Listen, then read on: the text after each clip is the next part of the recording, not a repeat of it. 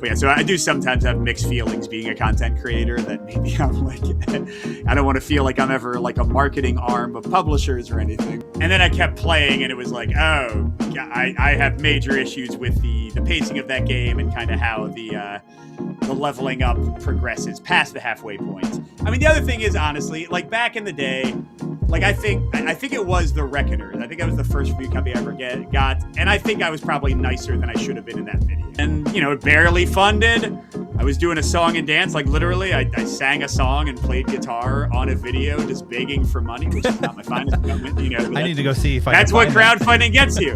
Like, how do you mess up Spirit Island, like this evergreen, product that should be a cash cow always? I mean, how do you mess it up? You get bought by a venture capitalist firm, like those things that are terrible, and then things get messed up. You know, Spirit Island is a perfect example. I love Spirit Island. One of my top games of all time. Amazing design.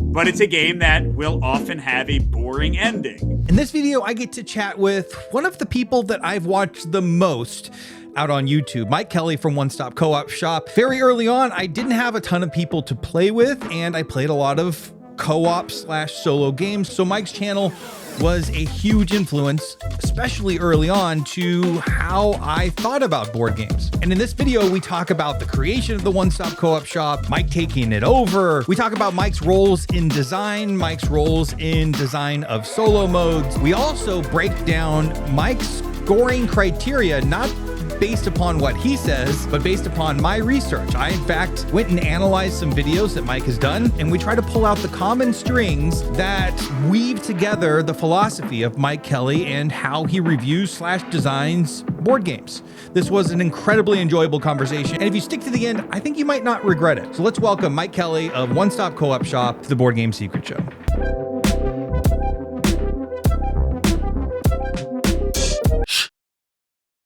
First of all, welcome and thank you. I just kind of cold open on this. I'll do kind of the introduction solo later on. We just kind of start recording. I always find those like inorganic introductions a little odd to get going. And I appreciate that Derek didn't scare you away too much. Oh, no. He said it was a lovely experience. That was one of the main reasons I said yes. Beautiful. I appreciate that. Derek was so awesome. What honestly, just an awesome individual.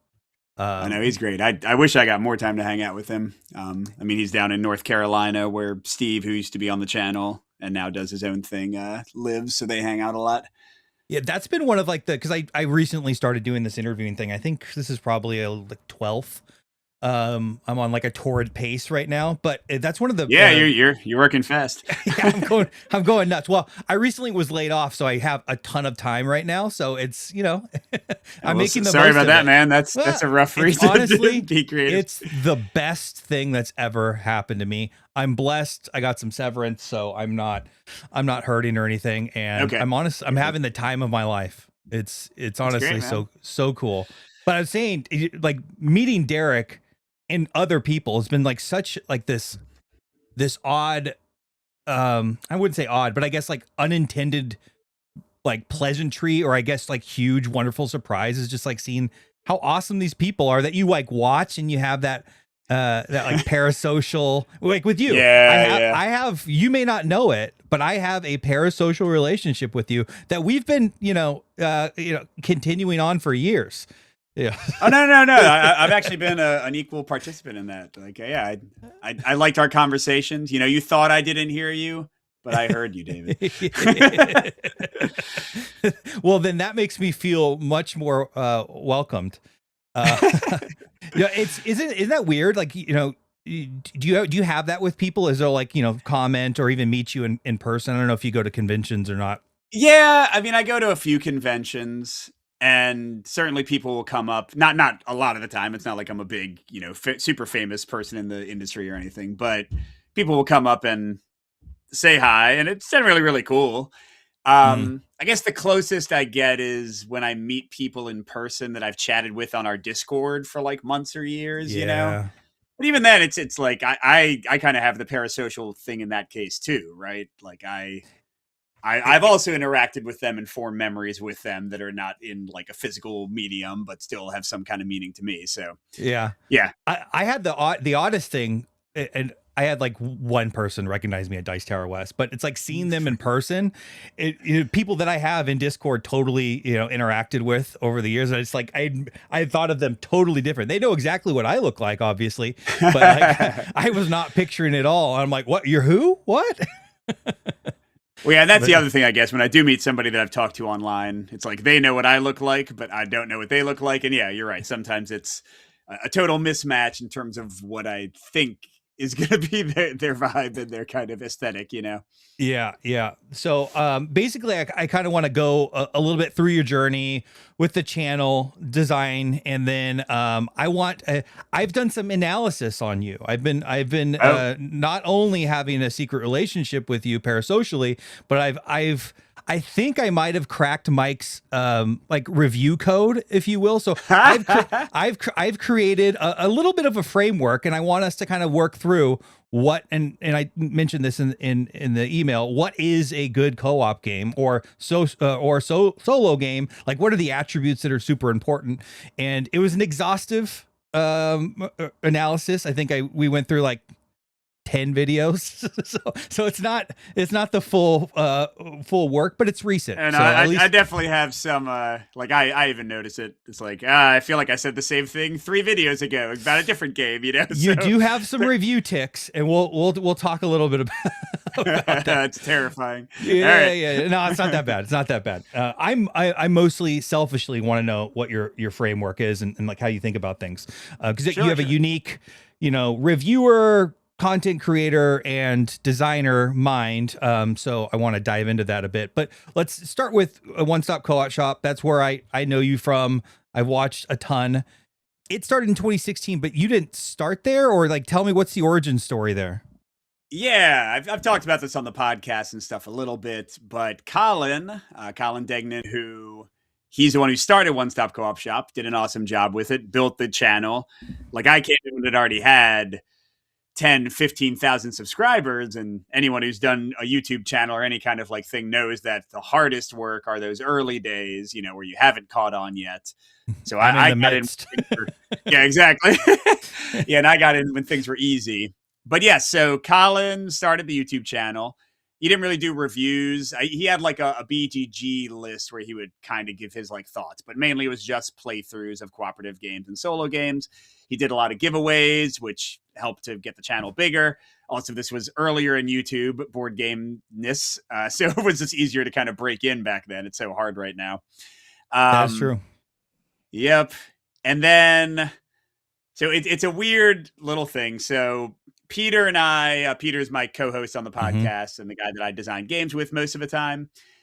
He and I started a podcast. We were designing games, and we thought we had something to say about game design. So we started a podcast that was called the Co-op Cast, which is still, I think, a pretty good name. Right. That's true. And then that was going for a little while. We hadn't done too much. I think we were like 10 episodes in, maybe. And then Colin with Steve, who used to be on the One Stop Co-op Shop as well for a while, and is now. So Colin is now on. He works with Barrett on Meet Me at the Table, and Steve has his own channel called the Co-op Guild, and they're all awesome. We all do collaborations, like we're all still friendly. But yeah, so Colin and Steve, I think they were kind of inspired by our podcast. If I'm wrong about that, and it was totally their own idea, then sorry guys. So they started their own podcast, kind of on solo and co-op games. But then we were doing it every 2 weeks, and they were doing it every 2 weeks. But on off weeks, good night, Colin. My 10-year-old. No worries. So we were like, hey, why don't we just make it one podcast, but we take turns, so we have like weekly content. So we did that, that's right. Colin was actually a guest on our podcast before he started his own podcast. I think we talked about Spirit Island or Gloomhaven, or maybe both. So we were just doing the podcast back and forth. And then at some point I was like, hey, your YouTube channel is really cool. I like doing reviews. We do reviews on the podcast. What if I did some review videos? So I think the first one I did was Harry Potter Hogwarts Battle. And people were kind of weirded out by it at first, which is going to happen whenever you get a new face on a YouTube channel where you're used to one personality. So I just started doing more, and I started doing some playthroughs as well, because I got my first review copies. Man, What a beautiful time back then. Like, where it was like, oh my gosh, a free game. There are no negatives to this, which is not how it feels anymore. Okay. But yeah, I got like the Reckoners or Street Masters or Deep Madness. Like one of those was the first review copy I ever got. And it just blew my mind. So yeah, so I started doing some playthroughs along with him. And so fast forward, I was doing like a whole bunch of stuff. And then Colin wanted to quit YouTube entirely. He was like, I'm done with it. I don't want to do it anymore. So he was just going to shut down the channel and it would have ceased to exist. And I was like, well, let me like, I'm doing stuff. Let me do things on it. So then he kind of ended up coming back, and for quite a while after he had like quit, quote unquote, I was like, hey, don't worry about doing anything new. Don't worry about any pressure. If you just want to do 50 plays of Mage Knight or 20 plays of Arkham Horror, the card game, who cares? Like, that's fine. So he just kind of played whatever he wanted, and that was cool. Jason from Every Night is Game Night is like the podcast he was doing at the time. Jason Perez, he joined us for some videos. Barrett like started double posting videos for Meet Me at the Table. Steve was doing some videos. We started a separate live channel that Steve and Peter did. So Peter, even though he was mostly on the podcast, was doing like Marvel Champions videos. So it got very scattered and stuff. And at some point, we all just kind of wanted to do things. So Peter didn't want to do videos anymore. Colin lives right near Barrett, so they wanted to do more like in-person videos. So he jumped over to Meet Me at the Table. Jason still does stuff for the channel sometimes, but he's really focusing on design right now. Steve really liked the live channel, so he turned that into his own channel with his wife, Kim. And then Derek from Kanji Studios is on there a lot. So yeah, it sort of, it started as just Colin, then it was me and Colin, then it was a ton of people, and now it's back to mostly just me with Jason jumping in every 2 or 3 weeks whenever he kind of feels like doing a game, basically. So when was, like, what year was this when you started to get involved? Ish. I'm trying to place how many years was it in existence? Yeah, I mean, if you look up my Harry Potter Hogwarts battle, that was like the first real, I want to say 2019. Okay, so maybe a couple of years in. Yeah. So it was like a year and a half or 2 years after Colin started it.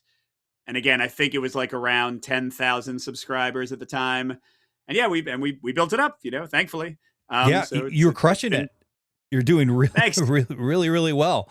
Yeah, and I mean, I try not to, I don't do a lot to like grow it that I should be. Like I don't check analytics. I don't know anything about like what my thumbnail should look like. I don't take any sponsorships. I don't take any money from publishers. I just kind of chug along and see what happens. And luckily, a lot of people seem to dig that. So we grow at a steady pace. Other channels grow faster than us, but we're doing fine. I think that's part of the charm. I think when I watch that, it feels nothing feels forced. Nothing feels like you're chasing any sort of kind of trend. I mean, you certainly do list videos. That's like the moneymaker in all of content. But it never feels forced. Feels super organic. And I don't know. I almost when I watch your stuff, I was thinking about this. I'm almost in a trance in a good way. I don't know what it is. I don't know if it's like the way you speak or their cadence or something. There's something that's kind of like, intoxicating. And no, I'm not an obsessed fan. I know I said I had a parasocial relationship with you. But I watched a lot of your stuff. I came into the hobby around 2019, and you have, whether you liked it or not, sold me a lot of games. Yeah, I do have mixed feelings about that. Yeah, it's funny if you're ever on our Discord, my almost constant refrain is, "Hey, don't buy this game. Don't buy this either. You probably already have enough games. Like, just play what you have." Which is certainly, if I was not getting review copies all the time, I don't buy very many. Like before I was doing the YouTube channel, I didn't buy a lot of games. Having so many new games all the time is somewhat a new experience for me. Yeah, so I do feel like I try, and again, I know we'll talk about my review kind of format later. I try it's important to me in my reviews to try to show sort of a balanced thing and like try to help people figure out if like, even if I like a game, they might not like it. Even if I don't like a game, you might like it. That's kind of my driving kind of impulse in my reviewing. But I know that a lot of times people will be like, I bought that game the second I watched your video. And I was like, well, did you listen to the video? Yeah, you're right. I feel bad. because I know there's a lot of, and no shame, people can spend their money however they want, but I know there's a lot of what could be seen as like addictive or obsessive behavior in board game culture and in any fandom, where people just buy thing after thing after thing, and that's a sense of joy for them, and that's fine. But yeah, so I do sometimes have mixed feelings being a content creator, that maybe I'm like, I don't want to feel like I'm ever like a marketing arm of publishers or anything, but I know that it kind of ends up that way to an extent sometimes, especially when I really love a game. And I'm just like saying that honestly, but it pushes people to buy it. I don't know. Yeah, I mean, it is an interesting, and you start to reflect on this naturally after you made enough videos and enough people kind of comment on, oh, they bought it because of you. And you're like, oh, are you sure you did? Like, I didn't, my intention wasn't to sell that thing, but I mean, as long as they enjoy it in the end, it's fine. But they don't always. But do they? I was telling Alex, he's when I interviewed Board Game Co., he steered me wrong a couple times where he was so excited about a game, and I just don't get it to the table any longer. I used I think Endless Winter as an example. He was so insanely excited about that one. I didn't like that one much at all. I think it's okay. I'm happy to play it. I don't think it's I think it's also it came out when Lost Ruins of Arnak and Dune Imperium were literally hitting the shelves, and then everyone backed and had played all these other incredible worker placement deck building games, and then got that, which was this highly module, totally different thing, but you felt like maybe I was getting kind of a cool Paleolithic theme on top of, Arnak or whatever it was, and it just didn't end up feeling like that. But he was hyped on it, and I instant back everything. Luckily, I revised it. I pulled away and didn't get the mats. And I felt really awful about that. And when it was delivered, I was like, oh, I wish I had the mats because they sold out so fast. Guess what? I might have played it 3 times, 4 times, maybe.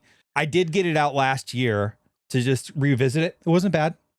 I'll still own it. But yeah, he steered me the wrong way. Yeah, I mean, gaming mats are always a trap for me, pretty much. I think there are...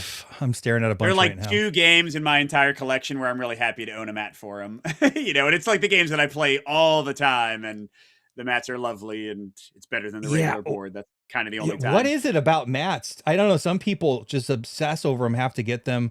I think I've learned my lesson. And they don't fit well anywhere. Like, even if you get one of those specialized mat holders, they're just always awkward in your game room. No, I have this lighting bar for my lights that just kind of spans across I'm in a shed, and I just dangle them on there. Other than that, they would be like in a corner somewhere. But it has given me license to get more, because I could just keep piling them up on top of here if I really wanted to. I mean, that's healthy. Good job. Yeah, exactly. Well, yeah, no job. Let's keep going and getting mats. That's exactly what I need to do. So, nonetheless, one of the that's an alternative shelter option. If things get really bad, you can just that's very true. Build your own little. It dries easily with the neoprene. It will last outdoors if need be. I was talking Desert Island Games, and I picked Too Many Bones just because it's the neoprene. It's like indestructible. It's going to last on the island. Out of all the chips, it'd be great. Yeah, maybe. I don't know about the trove chest, but I'm gonna have to use it to get there. But it's probably gonna break apart. But yeah, anyways, I digress. On this show, I'm happy to meander into side quests quite often. So feel free if you find the urge to meander. I'm happy with that. One of the other things that I wanted to talk to you about kind of reviews, and this dovetails with the responsibility and people buying stuff because of what we say. Like, how many times do you feel like you need to play a game? Like, how much experience do you feel like you need to have before actually putting your perspective out there? The general rule I shoot for is 5 to 10 plays. Good. Sometimes it's way higher, sometimes it's way lower. Well, not way lower. I'm not going to review a game. Like, there are times where I don't enjoy a game enough to play it more than maybe twice. I usually don't review those games. Yes. Which is one of the reasons I don't have like super negative reviews most of the time, especially if it's like a really big game, just because I don't have the energy to put myself through playing it enough to get a negative review. Yeah. But yeah, it's around 5 to 10. It varies. Like, I just did a recorded play and review of Flip Tunes. I probably played that like 20 times because the game takes like 15 minutes, Are you a fan? And then, yeah, I'm a big fan. Yeah, Love okay, it. cool. Me too. Well, not as much for solo. More for competitive, but that's well, often the yeah, case. yeah. I play it solo just on BGA, and it's fine. Yeah. It's a great BGA implementation. But then I just recorded my review of Nippon Zaibatsu, and I think I played that 4 times, twice competitive, twice solo. There's not a lot going on. There's not a lot of variation game to game, so that also kind of comes into it. Like Too Many Bones, just to pick the one you just named, I played that a billion times before I reviewed it, but I wouldn't want to review that one without trying a bunch of the gear locks and a bunch of the bosses and different player counts, because the true solo is so different from 2, which is so different difficulty-wise from 4. Like, I would want to get some good coverage of a game like that, or, I don't know, Sentinels of the Multiverse, anything that had, or things that have like a ton of, like a long campaign game. I want to try to get to at least the halfway point. I have failed in that a few times. Like, I think Sleeping Gods, Distant Skies, the second one, I did my review right as I reached the halfway point, and it was a super positive review. And then I kept playing, and it was like, oh, I have major issues with the pacing of that game and kind of how the leveling up progresses past the halfway point. But the nice thing is, I don't know if you watch this at all, but I have the Shelf Life series every month where I look back at games from 6 months ago. So I get to like kind of correct those little errors with that. Yeah. So I got to say like, hey, I have a problem with Sleeping Gods, Distance Guys in that video. It's not perfect, but yeah, it's a short answer, 5 to 10 plays. Yeah. With some variants. I love that. I love, 5 plays. I typically get all of the, or most of like the misunderstandings out of the way. When I played a rule wrong, whatever it might be. Early on, I put out, I think it was Freelancers.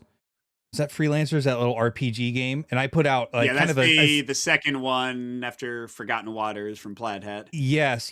And I kind of put out a scathing review, and the developer like messaged me and said, and it was asking about stuff, and he was super nice, but I was I can't even remember what it was, but I was screwing something up so insanely majorly. And I was just like, oh my God, I was so embarrassed. And, it was very small channel at that time, but it had a couple hundred views already. And I felt so awful. And after that point, I really just felt an obligation to do my due diligence on a game, to at least to make sure I'm playing it right. But I'm sure there's still others where I've played them wrong and probably it influenced, my opinion a little bit. A nice thing for, sorry, go ahead. No, you have it. Well, I was going to say a nice thing with how I usually, not every game, but most of the games at OneStopCoOpShop, I'll do like a play, and then the review will be, 2 or 3 weeks later. So sometimes I've done a play and people are like, you have this rule majorly wrong. And then I'm like, oh, well, now I can play it correctly before I do the review.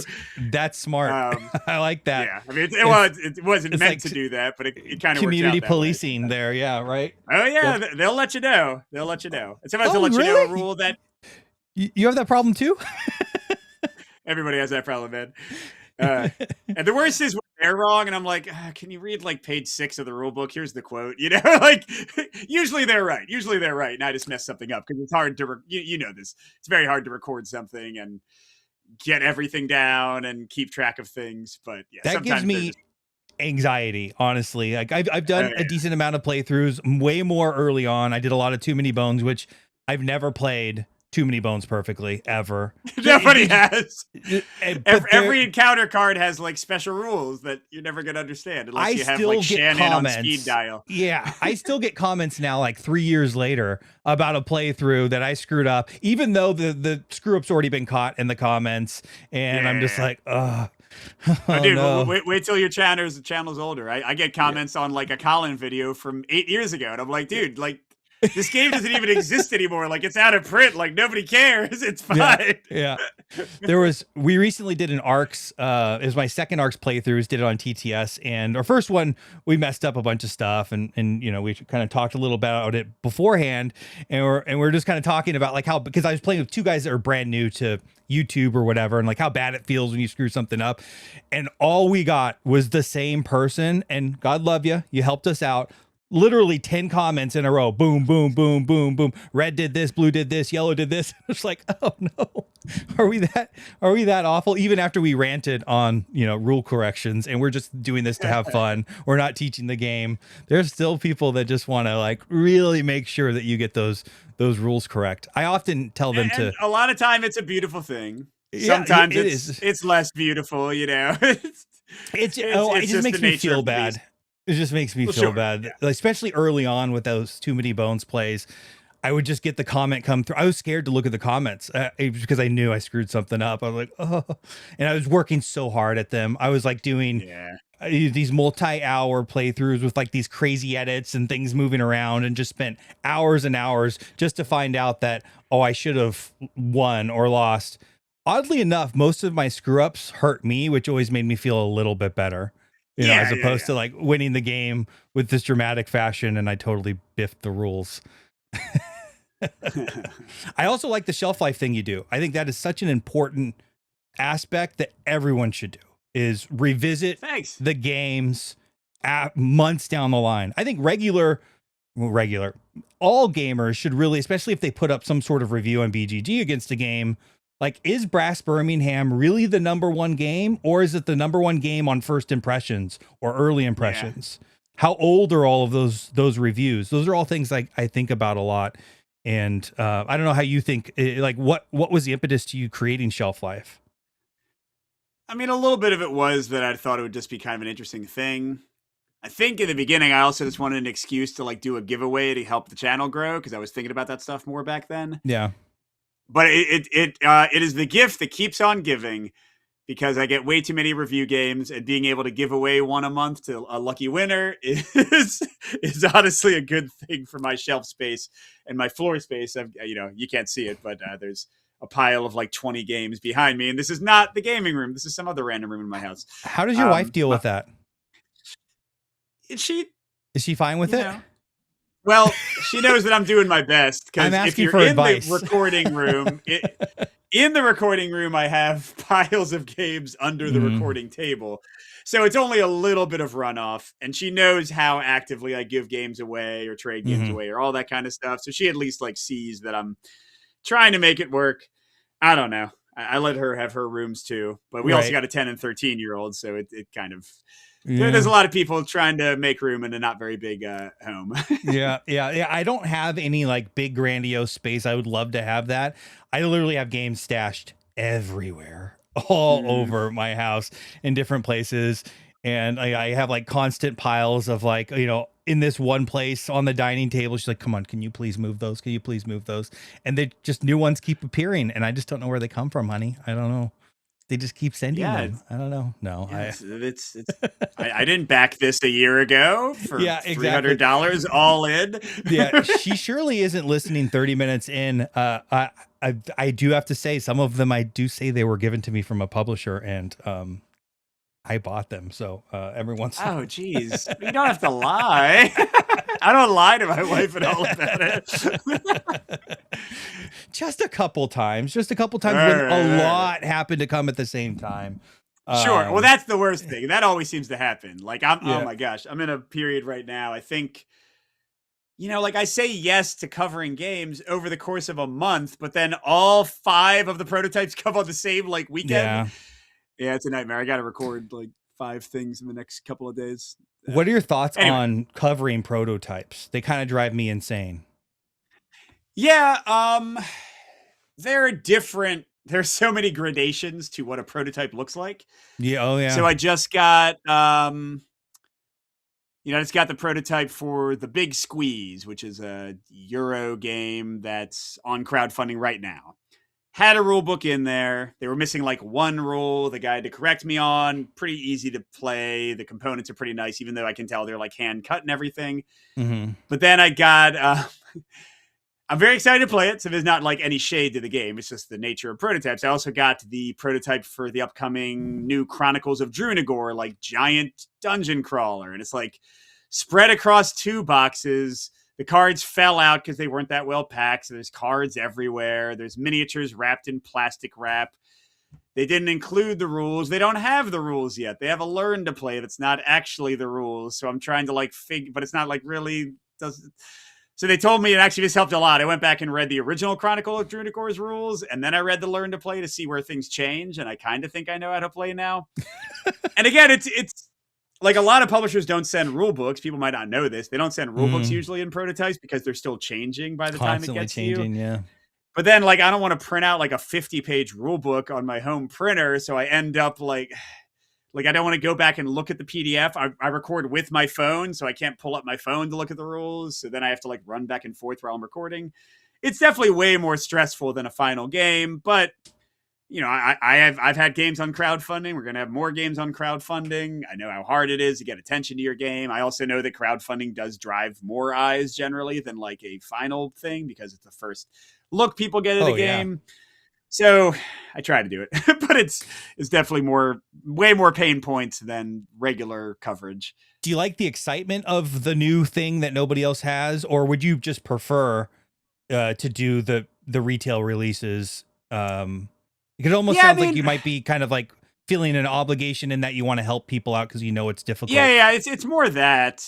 Because honestly, I know this is weird to say for like a content creator where my second job is all board games, but I don't really follow like gaming news very much. Mm-hmm. Like if people on the Discord tell me about a game, I'll look at it. And if a publisher reaches out to me about a game, I'll look at it. Besides that, I don't really know what's coming out and I'm not really paying attention.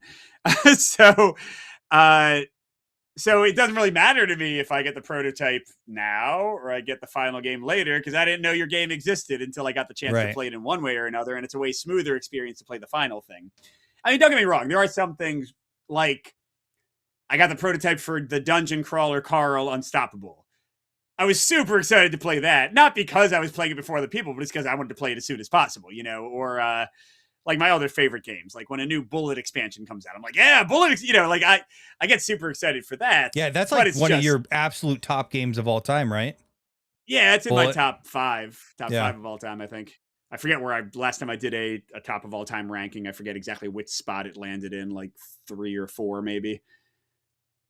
Let's side quest real quick. Dungeon Crawling Carl. I wish I could play that. I'm super excited about it. I haven't played the Unstoppable series at all. Give me a quick rundown. Like, how great is it, and do I need to back it? It's on crowdfunding, right? Or it might have it's on BackerKit right now. It's made like $9 million, although more than half of that is the RPG. But still, almost like I just actually looked at the numbers today because I was talking to somebody on Discord. Close to half of the backers are getting the Unstoppable board game. So it's not like the RPG is 90% and the board game is 10%. But yeah, Unstoppable was my number one game of last year. If you like deck building, if you like really tense, like tactical card combat games or like Magic the Gathering sort of things, like CCG play. If you like card crafting, like sort of the John D. Clare thing where you're putting cards in front of other cards. Is this John D. Clare? This is John D. Clare. Yeah, okay. And it's, no offense to John D. Clare, it's the only game of his that I've liked a lot, and I adore it. No Space. I've never played Space. Okay. No Dead Reckoning? Dead Reckoning was okay for me. That was lukewarm for that one. Not a Mystic Vale fan? Mystic Vale I kind of ended up disliking fairly actively. Interesting. Rolling Heights, you ever play that one? Oh, I forgot that was in. That one's fine. It doesn't excite me, but it's fine. That one was weird. Rolling Meeples. I just did that felt weird. Yeah, I mean it was fun. Actually, I played that with I think Alex from Board Game Co taught that to me at a convention. That was a fun time. Really? Well, see, you know what? That might be another one that Alex sold me that was just fine. Now that I think about it, and it's sitting in my garage. Well, I played it with him, and I was like, I love playing with you, Alex. This game is just fine. So I had the personal, experience with it. yeah, right. Okay, so then what makes this system great? Yeah, so the combination, so it has the card crafting like a lot of John D. Clare games, but the cool thing is that every card is an enemy on the back and a player card on the front. And when you upgrade your cards, you're generally also upgrading the enemies. So you have to like kind of deal with that dichotomy. It has some similarities to Warp's Edge, which is another one of my favorite games from Renegade, where defeating the enemies kind of gives you your resources. In this case, when you defeat an enemy, that's how you draw more cards. So you have to kind of keep a good like flow and be defeating enemies at a constant clip, or you're going to deck yourself out basically, or run out of cards in your hand and die. Yeah, so it's just like a really good time. And I will say the original Unstoppable was a little on the punishing side. I had people in my Discord who would tell me horror stories of losing 10 games in a row or more. Mhm. Dungeon Crawler Carl, they made easy easier, like normal easier. So you can still make it very tough if you play at the highest difficulty setting, but they certainly made it just that little bit more accessible and like a little bit nicer for your first few plays. They changed a few of the mechanics, and I don't know if you've read the books, but I've Yeah. been reading them since I covered the game. I was going I'm to ask you that. yeah, I'm close to finishing book 6. I You're way have book ahead 7, and on me. then I know. Oh, okay, yeah, and then book 8 is coming out in like a week or two. And I adore the book. So at this point, How I much cool is prefer that Dungeon book? Crawler Carl. Okay, I was Oh, going to they're ask you great. that. They're great. Yeah, yeah. I mean, So this goes above I the original Unstoppable for you. it does. I think even if I didn't enjoy the theme so much, because the original Unstoppable has like kind of this generic sci-fi theme, which I didn't really care about. Yeah, But that's even why if I it haven't had the explored exact it. same, yeah, even if it had the exact same theme, I think the mechanical changes they made for me are across the board improvements. Every single thing they changed was for my taste for the better. Are the upgrades exciting or just like a more powerful version? Like, are you like pumped to get those upgrades in the card? Yeah. Well, I Okay. mean, the thing is, you're upgrading in two ways because every turn you draft a free card, and as you level up and defeat more enemies and go through your deck more, those cards get stronger. So you're adding cooler and cooler cards to your deck, and you're also culling away the weaker cards. But then the upgrades can be great. They can make a card that costs like your entire turn, all 3 of your actions. They can make it cost 1 action or be free to play. A lot of your cards will care about the attribute icons you played on your turn, like strength or agility or whatever, and they can give you more of those. So they like the card that you have doesn't just do something cool for that card. It allows this card that's been in your deck for a while to suddenly do all these cool new effects because you've got these icons on the first card. So, I mean, yeah, I will say that the selection of upgrade cards gets a little samey after, I played the prototype so many times. But there's more content that you don't see, I'm assuming. Yes, so I Okay. didn't get a prototype. So even with this first crowdfunding campaign, there's at least one more entire expansion and level of stuff that I didn't get to play. There's way more characters. They only sent me 2 characters, Carl and Donut, like the main ones. So there's a lot that I didn't get to see yet. But also, they've already promised lots of expansions, and it's going to be over $10 million before it's done. So they're going to make more expansions. So we should, Unstoppable has been very slow for more stuff to come out. They finally announced that they're going to do more expansions for the original Unstoppable 2. Yeah. But I think Dungeon Crawler Carl is way more. You can have confidence that they're going to be pumping out some more stuff for people to buy because it's been such a huge success, which I love because I want more of that game and I want them to cover more of the levels from the books and more of the crazy stuff that happens. Right. The way you explain that, it seems like it might be solving one of the deck building problems I have where you get the coolest cards at the end of the game and you don't necessarily feel like you've gotten a lot of use out of them or the more expensive cards or whatever. And in this case, you're kind of growing with that card over time and that like power fantasy is naturally happening. I mean, it's a little bit of both because like if you get to level 6 and get a level 6 card, they're so ridiculously powerful. Oh, but so yes, there's level of cards to draft? Correct. Got So it. as Okay. you level up, you get a better pool of cards.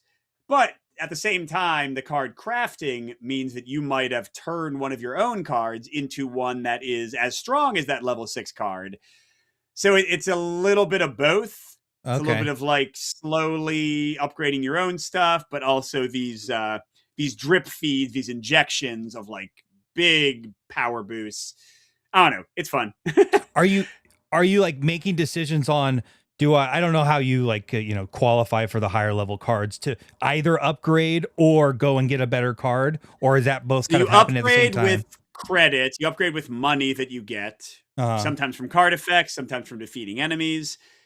You automatically draft at the beginning of each of your turns, but every time you go through your entire deck, you level up and you go to the next tier. I like that. So it's like so it's not like an either or choice where if you upgrade your cards, you can't buy new cards. You're getting new cards whether you want it or not every single round, which is great because, again, besides killing enemies, you don't get any new card draw. So getting a free card every turn is really a huge lifesaver. Yeah. Is there any problem with finding synergistic cards in the market that you're drafting from? I mean, you draw 3 cards and pick one. Mm. So it's very rare for you not to get something that's going to help some part of your engine and some part of your combos. And if you play 2-player, you each draw 2 cards, so it's a little bit less. But then after you see them, you can swap them. So it's like if I got the perfect card for you or you got the perfect card for me, hey, you get these and you draw from these. So it kind of deals with that. But yeah, I mean, there's still luck of the draw for sure. Just like any deck builder where like, hey, you're looking for red cards and no red cards come out. It's not that extreme in Dungeon Crawler Carl, but it still exists. All right. I need to reach out to Renegade because I would love to play that and interview John D. Clare because I have enjoyed a bunch of stuff that John D. Clare's done, Space Base and Dead Reckoning, although Dead Reckoning runs a little too long. So that would be really cool. So you just sold me on that. Thanks. Well, I'm sorry, man. I hope you enjoy it. Yeah. Okay. So you guys never accept compensation whatsoever. Has that always been on the channel? Never doing any paid previews? Yeah, I've never been paid for a video like cash. I do accept review copies. For me, I think that's sort of a necessary evil to cover a lot of games. Yep. But I know some people don't love that. I've gotten random stuff sent to me sometimes. Like Chip Theory Games sent me one of the swords that they made. Did you get the sword? Oh. So it's nice. It's a lovely gift. I don't know. Yeah, I get sent like random things sometimes. Yeah. But you're not contracting videos specifically to showcase a game. Why? Why no, don't I mean, you do like, that? You could make. I have a few bucks. I have a Google Doc that I send to publishers whenever they like ask for coverage. And I won't go through all of it, but some of the key things in there is I'm not doing your marketing. This will be an honest thing. I'm going to say negative things or like the concerns I have about the game. That's like always a part of my videos. I do say for crowdfunding, this is kind of going along with other stuff I've already talked about. Generally, if I really don't like a game, I just refuse to cover it at all for crowdfunding. Whereas for a release game, I'll do a negative review from time to time. The reason being because I've done crowdfunding and even if I think a game is trash, somebody might love it and I want my review. Not like a big dog, but I want my review to tank the chances of that project funding. I think that'd be poopy because somebody's going to love the game and it's okay. I want artistic things to exist and creative endeavors to have their chance. So yeah, I do say that, but yeah, I'll talk to the publishers. I'll be like, hey, I finished the video. Here it is. If you see any rules errors, let me know. And I'll be like, hey, I was thinking I'd release this on Tuesday. And any problems with that? But in the end, it's my channel, it's my content. I'm doing whatever I want with the game. Some games I don't cover. I get a lot of review copies. I'm like, I can't guarantee I'll cover your game. So yes, I try. And I used to do giveaways where publishers would send me an extra copy of a game, or they would send a copy of a game to somebody on the channel who won. I don't do those anymore. I felt like those were another thing that, just for me. I know a lot of channels do it. More power to them. For me, it just felt like a little bit too much crossing that line because, the publisher is directly paying money to get my channel more attention and more viewers. It's just it's fine. It's not as bad. Not to throw shade at anybody, but I hate any channel that does a crowdfunding campaign to get a lot of money for their channel and then makes deals with publishers to get promos made and stuff. That feels super icky to me. If that channel is then also doing reviews for those publishers, you're forming you scratch my back, I scratch yours, direct financial relationship at that point. In a way. So it's a weird balance to strike. I know that getting review copies is inherently a little bit letting the publishers give me something for free, even when I don't want it, and even when it's taking up space in my house and I just wish it was gone. But I try. I know I'm stricter with my ethics than a lot of people, and it's just kind of how I do things. Yeah, the review copy thing is a difficult one because so many people bring that up all the time, and I don't know that they realize. I hate to say that board games have lost value, but relative to the work that we have to put in to actually cover it, even though it's not necessarily our forever game or something that's I cherish or value heavily, we are if you're only accepting review copies, you are so underpaid. It's sad. So when people get mad about that one's tough. It's like this necessary evil to be able to get the content to them. Like that is we don't have unlimited money, we all, other than a few content creators do, have a regular job. And a lot of us are losing money, frankly. Especially when you start out, you spent so much money to get this content to people. So like in general, I'm okay with that. I feel to this day, I haven't, and I'm not saying I never would. I don't know how desperate I'll get, frankly, but I just feel bad about accepting any sort of money, not because of the immediate content, but frankly, anything I do in the future. And I don't think that's talked about enough, where, it's often like, this is a paid preview. I want to let everyone know. But what happens when you review even a different game down the line? These are the same people on the other side of the email, same people that are gating your access to future things, future deals. Like, was that ever part of like your equation to, or math on trying to figure that out? I don't think, I don't know. Maybe I did and I didn't realize I was doing it because I explained it away to myself so I wouldn't have kind of like that mental distress.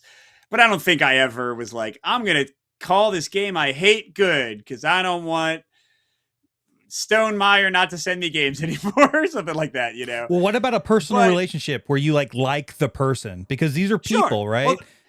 Well, that's another thing. I make tons of disclaimers whenever I think they're necessary at the beginning of my things. I always say whether it's a review copy or not. So like whenever I cover a David Thompson game, I'm like, David and I are friends. Yeah. Brady Sadler. Like I like Brady Sadler. I hung out with the guy, or now with like some more design stuff happening. Like every time now I cover like one of the Gabe Barrett's solo game of the month series, I got to be like, oh, well, he's publishing one of our games soon. Or anytime I cover anything from Level 99 or Skytear games, I got to be like, hey, I'm doing a solo mode. So I think, I don't know. I just did a super negative video on a game for the solo game of the month series, even though he's publishing one of my games. I hope that I didn't do it for this reason, but I hope that buys the street cred that like, hey, yeah, he's actually covering the games with like his honest opinion. The other thing is, honestly, like back in the day, like I think it was the Reckoners. I think that was the first review copy I ever got. And I think I was probably nicer than I should have been in that video because it was my first review copy. But these days, there's not tooting my own horn. This is, again, more of a cross to bear in a lot of cases. These days, I tend to get 2 to 4 either new games or game prototypes every week. I work 20 plus hours on top of my regular job, on top of designing games, on top of the podcast, on top of raising 2 kids. I work 20 plus hours a week to like make my content. I don't care, man. And also, like, we're not a huge channel, but I think we're mid-tier enough that publishers, I've done terrible reviews for publishers and they've sent me their next game. You know what I mean? So I think I have a little bit of insulation. And a lot of the publishers I most respect, I know they'll send games to people even if they gave them as long as they felt like the review was a fair shake negative review, right, and not like a takedown or like they got all the rules wrong or whatever. They'll still send stuff to people. But yeah, like I'm sure when the channel was like only, 8,000 or 9,000 subs when I first joined, that I was a little bit scared about like the reviews. And I know some publishers did not send me stuff again or didn't want to talk to me anymore. And that's fine. That's their prerogative. But I certainly don't have that fear much anymore. And I don't think, I said this in a video like, God, 3 or 4 years ago, but I still think it's the truest thing. For me, at least, and my channel. I'm not saying it's for everybody else. The problem with review copies is not for me that I'm more likely to like your game, that I'm more likely to give it a positive review. The biggest problem with review copies is that those are the games I have time to fill, because I get so many review copies that I don't really have time to seek out other games on my own and cover other stuff. So in a way, the publishers that are choosing to reach out to me and are choosing to send me stuff are determining my content to an extent. Interesting. So if there's a smaller publisher that doesn't feel like they can afford to send me a review copy, their game's not going to get any time. Their game's not going to get seen. And that means that they don't get as much attention as like the next chip theory game they send me or whatever. So that I think is the biggest problem with review copies, that that smaller creators can get a little bit left out because it's harder for them to like make that kind of stuff happen. Now, at least for me, and I think people can look at the recent games I covered that didn't get very many views because nobody cared. I try to cover, cover like little games very constantly. And I get a lot of emails from like prototype creators because we don't charge any money, which I know is still kind of a rare thing for medium to big channels.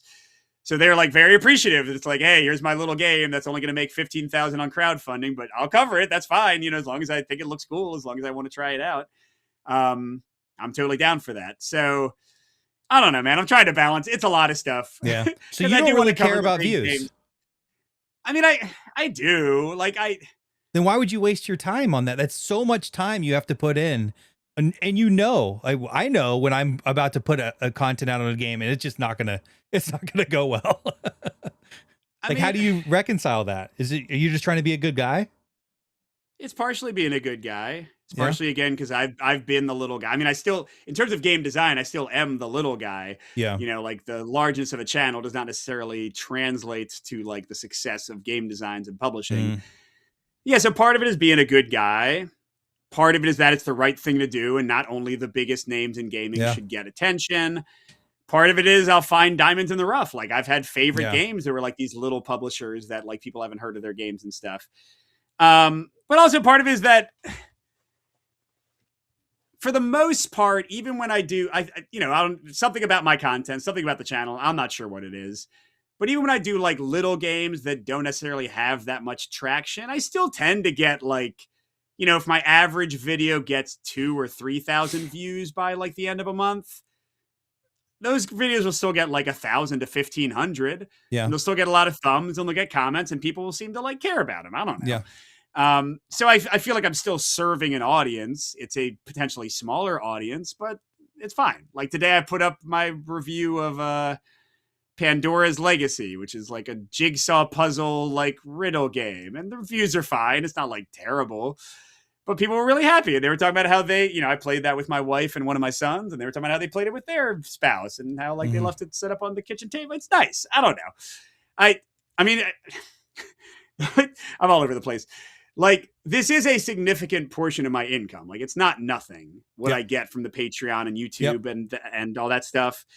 Especially because my wife, you know, quit her regular job a few years back to become a full-time author illustrator, and she's doing okay with that. She's having books published, but that's a tough industry right now, you know, especially with how things are kind of the direction things are moving. So, you know, I am kind of supporting the family of four partially on my own a lot of the time. This is laughing through stress, by the way, not like actual laughter. Sometimes all you can do is laugh. Just like when I say I get laid off and I laugh about it. Sometimes that's all you got to do. Yeah.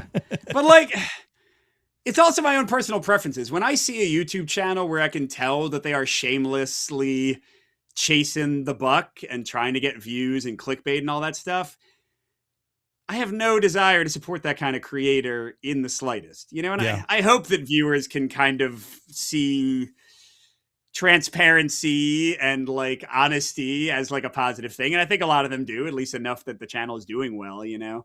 Yeah. So I don't know. I never feel like a video is a waste. I mean, the worst ones, like the worst views I get are for children focused games. Yeah. Like I know there's a decent number of like family viewers and like dads and moms who watch the channel, but like when I do I said like a lot of my videos would get 3,000, or if it's like a big crowdfunding game, like 10 or 15,000. I'll do a children's game. It'll get like 400 views or 500 views. But those ones have the side benefit that I can play them with my kids a whole bunch. So even if on the business side of things, I'm maybe paying a cost for the time I'm putting into the game, I am winning that back, in my opinion, in like my social battery and, you know, the joy I have with my family doing activities we all enjoy. Like I got Dixit Kids and covered it recently. Got like no views on the channel, but sure got a lot of views in my house as we played the heck out of that game, and it's still on my table. Like it's great fun. My wife loves it. So there's a lot of parameters in here, and views are certainly important, but they are not anywhere close to the only thing I consider, you know? Yeah. Well, I ask you all of these questions very thoughtfully, in that I think you're one of the best in the business around transparency. You know, in your description, it says you do not accept money. And I think that's awesome. And you went the route of Patreon, and I love that people support you. I wish more people would see the value instead of just yelling at other creators in the comments. Like, let's reinforce the good behavior and actually help this guy make content. I wish that was more of a thing. It's tough because we're in a free environment, you know. Everything's free on YouTube, and then, you know, people feel entitled. But and also, you know, the economy, like things are tougher than they've been. So like, I just lost a bunch of patrons, and I don't look at that and be like, oh, I did a video that pissed them off. My content is not as good anymore. I'm like, they're probably just tight on money. I would quit my Patreons too if I was tight on money. You know what I mean? Like, I'm supporting a lot of creators, and if I didn't have the money to do it, then I'd stop doing it. Well, I think, and I asked this about like the wasting of views. I really love that you do support the smaller games, and I've noticed that as well. As I'm doing this interview thing, of course, I would love to just like, you know, interview Tom Vassell and you and Board Game Co. and get all of these views, these huge designers or whatever. I want that, but I also want to bring in, my last guest was The Grove, and they are a small channel of incredible people. They're this huge group of friends, I think like 12 people in Arkansas making content. Their production is significantly higher than what a 2,000 view channel should look like. I was just kind of just loved them, and I love the conversation. And it's sad to me that Tom Vassell gets, you know, I don't know, he's like at 15,000 views on a 2-hour video, which is insane, like more than I could ever imagine. But I want people to go watch The Grove. I want people to go and find those people. I want people to go find Derek from Kanji Studios. Like those are the ones, and those are actually the best interviews, frankly. Tom was tough. Tom was a tough interview. I mean, we had some. Right. I think you're implying that I'm one of the worst interviews, because you were like, oh, I could interview Tom and Alex and Mike. No, but hey, Derek and The Grove over here, actually interesting people. Now I got it. It's fine. Well, I wonder though, like by you giving the little guys a chance, are you going to find the diamonds in the rough there that otherwise didn't have the big marketing budget, didn't have the connections to the right content creators or the right publisher? Like, I think that stuff is so important in this hobby where we're so overrun with consumerism and marketing and you know, literally thousands of content creators now in like the tiniest little niche, you know, that you could ever possibly like at least video game content creators can get like huge views. Like we're all fighting over scraps like, in board what, game 10,000? Woohoo! Yeah, like I often tell, like I'm a high school teacher, and I often tell my students, they're like, oh, how big is your channel? And I'm like, it's pretty big for a board game channel. But you know, probably some 12-year-old on like Twitch playing Call of Duty is getting 10 times my numbers easily. I don't impress my kids whatsoever, because for me, I remember when Rado mentioned my channel and I hit 500. I literally went out to brunch with my family. I was like, yes, I hit 500 subscribers. I could have never imagined what 8,000 subscribers would be like, but they're just like, whatever. I'm like, it's actually pretty good for board games. You know how much work it took to get here? I will say, now that I've crossed 50,000, my students are kind of like, oh, that's like actually a channel. And I'm like, yeah, I guess so. It's all right. Yeah. I mean, I think you'd be called in their world like a pretty solid micro influencer. Yeah, micro, you know, like. Right. That's all the rage now in content creation, is finding these companies, you know, exploiting small channels to and paying them very little to represent products, and they call them micro influencers. All the stupid, I mark as spam and block every single one of these, but all the emails I get, they're like, hey, we can help. Oh, your channel could be growing bigger, or hey, we can run your channel for you, or hey, could you advertise our lounge chair? I'm like, no. Yeah, someone want. I don't even advertise like real board game stuff. Like we used to have like a little bit of sponsorship. I don't even do sponsors anymore. Like even if it's even if it's game adjacent, I'm like, nah, that's okay. I'm just not doing any of that. It's not really worth it. You know, if you look into any of these, you're like, do I want to sacrifice being able to say that I don't take money for, you know, whatever? That's always been my case. And I haven't had many people, frankly, but anytime it's ever come up, it's a few $100 or whatever. It's like, Yeah. I'd rather just say I don't take money. It's not that big of a deal. But like I said, I don't know how desperate I'll get. So nobody quote me on that. Yeah. And I don't, right now my job's fine. My main job. We'll see if that continues to be the case. Yeah. You never know. Like, we'll have an AI robot teaching high school soon. You never know. I mean, I teach theater, man, as well as English. That if they would can be teach tough. theater, more power to them, robot. Well, I'm surprised there's theater in the budget, frankly, so that might be. Yeah. Well, it's all about whether I can get enough kids to sign up for it. And so far, knock on wood, we're doing okay. That's awesome. So enough with the content creation BS. Let's get into your designer. Your journey were you designing games? Did I hear before the podcast, before the channel, all that stuff? Correct. So okay. I forget year-wise if it was before Colin started OneStopCoOpShop, but certainly design was before the podcasting and my personal YouTubing. So Peter... Go ahead. Yeah, go ahead. No, go ahead. Well, so Peter and I, we met... sort of a weird journey. We met randomly at a board game store. So, respect to our brick and mortar stores. Mm-hmm. He happened to be, I bought some decks of a game that I wanted to play, Battleground Fantasy Warfare, cool game. And I was walking out and I saw him and a group of other guys that were playing Battleground Fantasy Warfare on a table. I was like, nobody plays this game. This is not a solo game. I would go home and play it two-handed. This is like a Warhammer, like fantasy war game, but in card form. I would walk around the table to both sides to play them both and like measure my movement in, just my sad little corner. It doesn't seem so sad to me now that I'm more used to like the solo thing, but solo gaming wasn't really much of a thing back then. So I felt a little sad. So yeah, I met Peter randomly and then I started going to game nights at his house, which is great because I had, I've had off and on game groups over the years. And then he was like, hey, I designed a game. And I was like, oh, okay. He's like, you want to try it? And I was like, I guess. He's like, nobody else will try it. I'm like, yeah, I guess I'll try it. And I played it. I was okay, but like, what if you change this and this? He's like, oh, that's kind of cool. Hey, you want to help me make it? And I was like, sure. So we started just like totally off the cuff making this random game. This one was never published, by the way. It's been signed in different iterations, I think 2 or 3 times by publishers, and then it fell through every time. Oh, publishing. But yeah, so we started designing that, and then we started going to unpublished game conventions. They're usually in like Baltimore area, Maryland. And we finally got someone to bite on one, which was Salvation Road. That's our first published game, which was by Van Ryder Games, who makes Final Girl. That's like their big hit these days. Mm-hmm. And, it barely funded. I was doing a song and dance, like literally I sang a song and played guitar on a video, just begging for money, which is not my finest moment, But I need to go see if I that's can what find crowdfunding gets you. That's why I do crowdfunding videos for these tiny creators. What do you say? Is that video probably.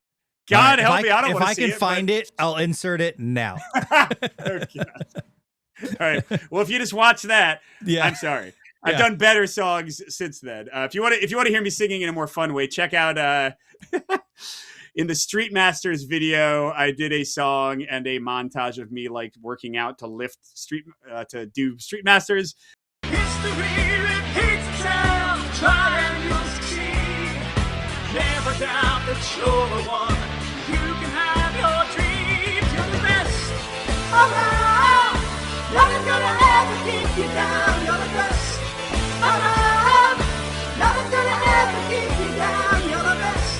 And then I did another song and like funny video we did with Extra Life charity.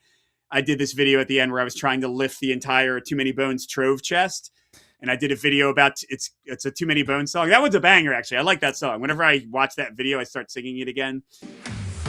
I can't look down, I can't turn back. My lion's heart will keep me on the right track. I just got too many bones. I know my future isn't set in stone. I walk this road, I walk alone. Too many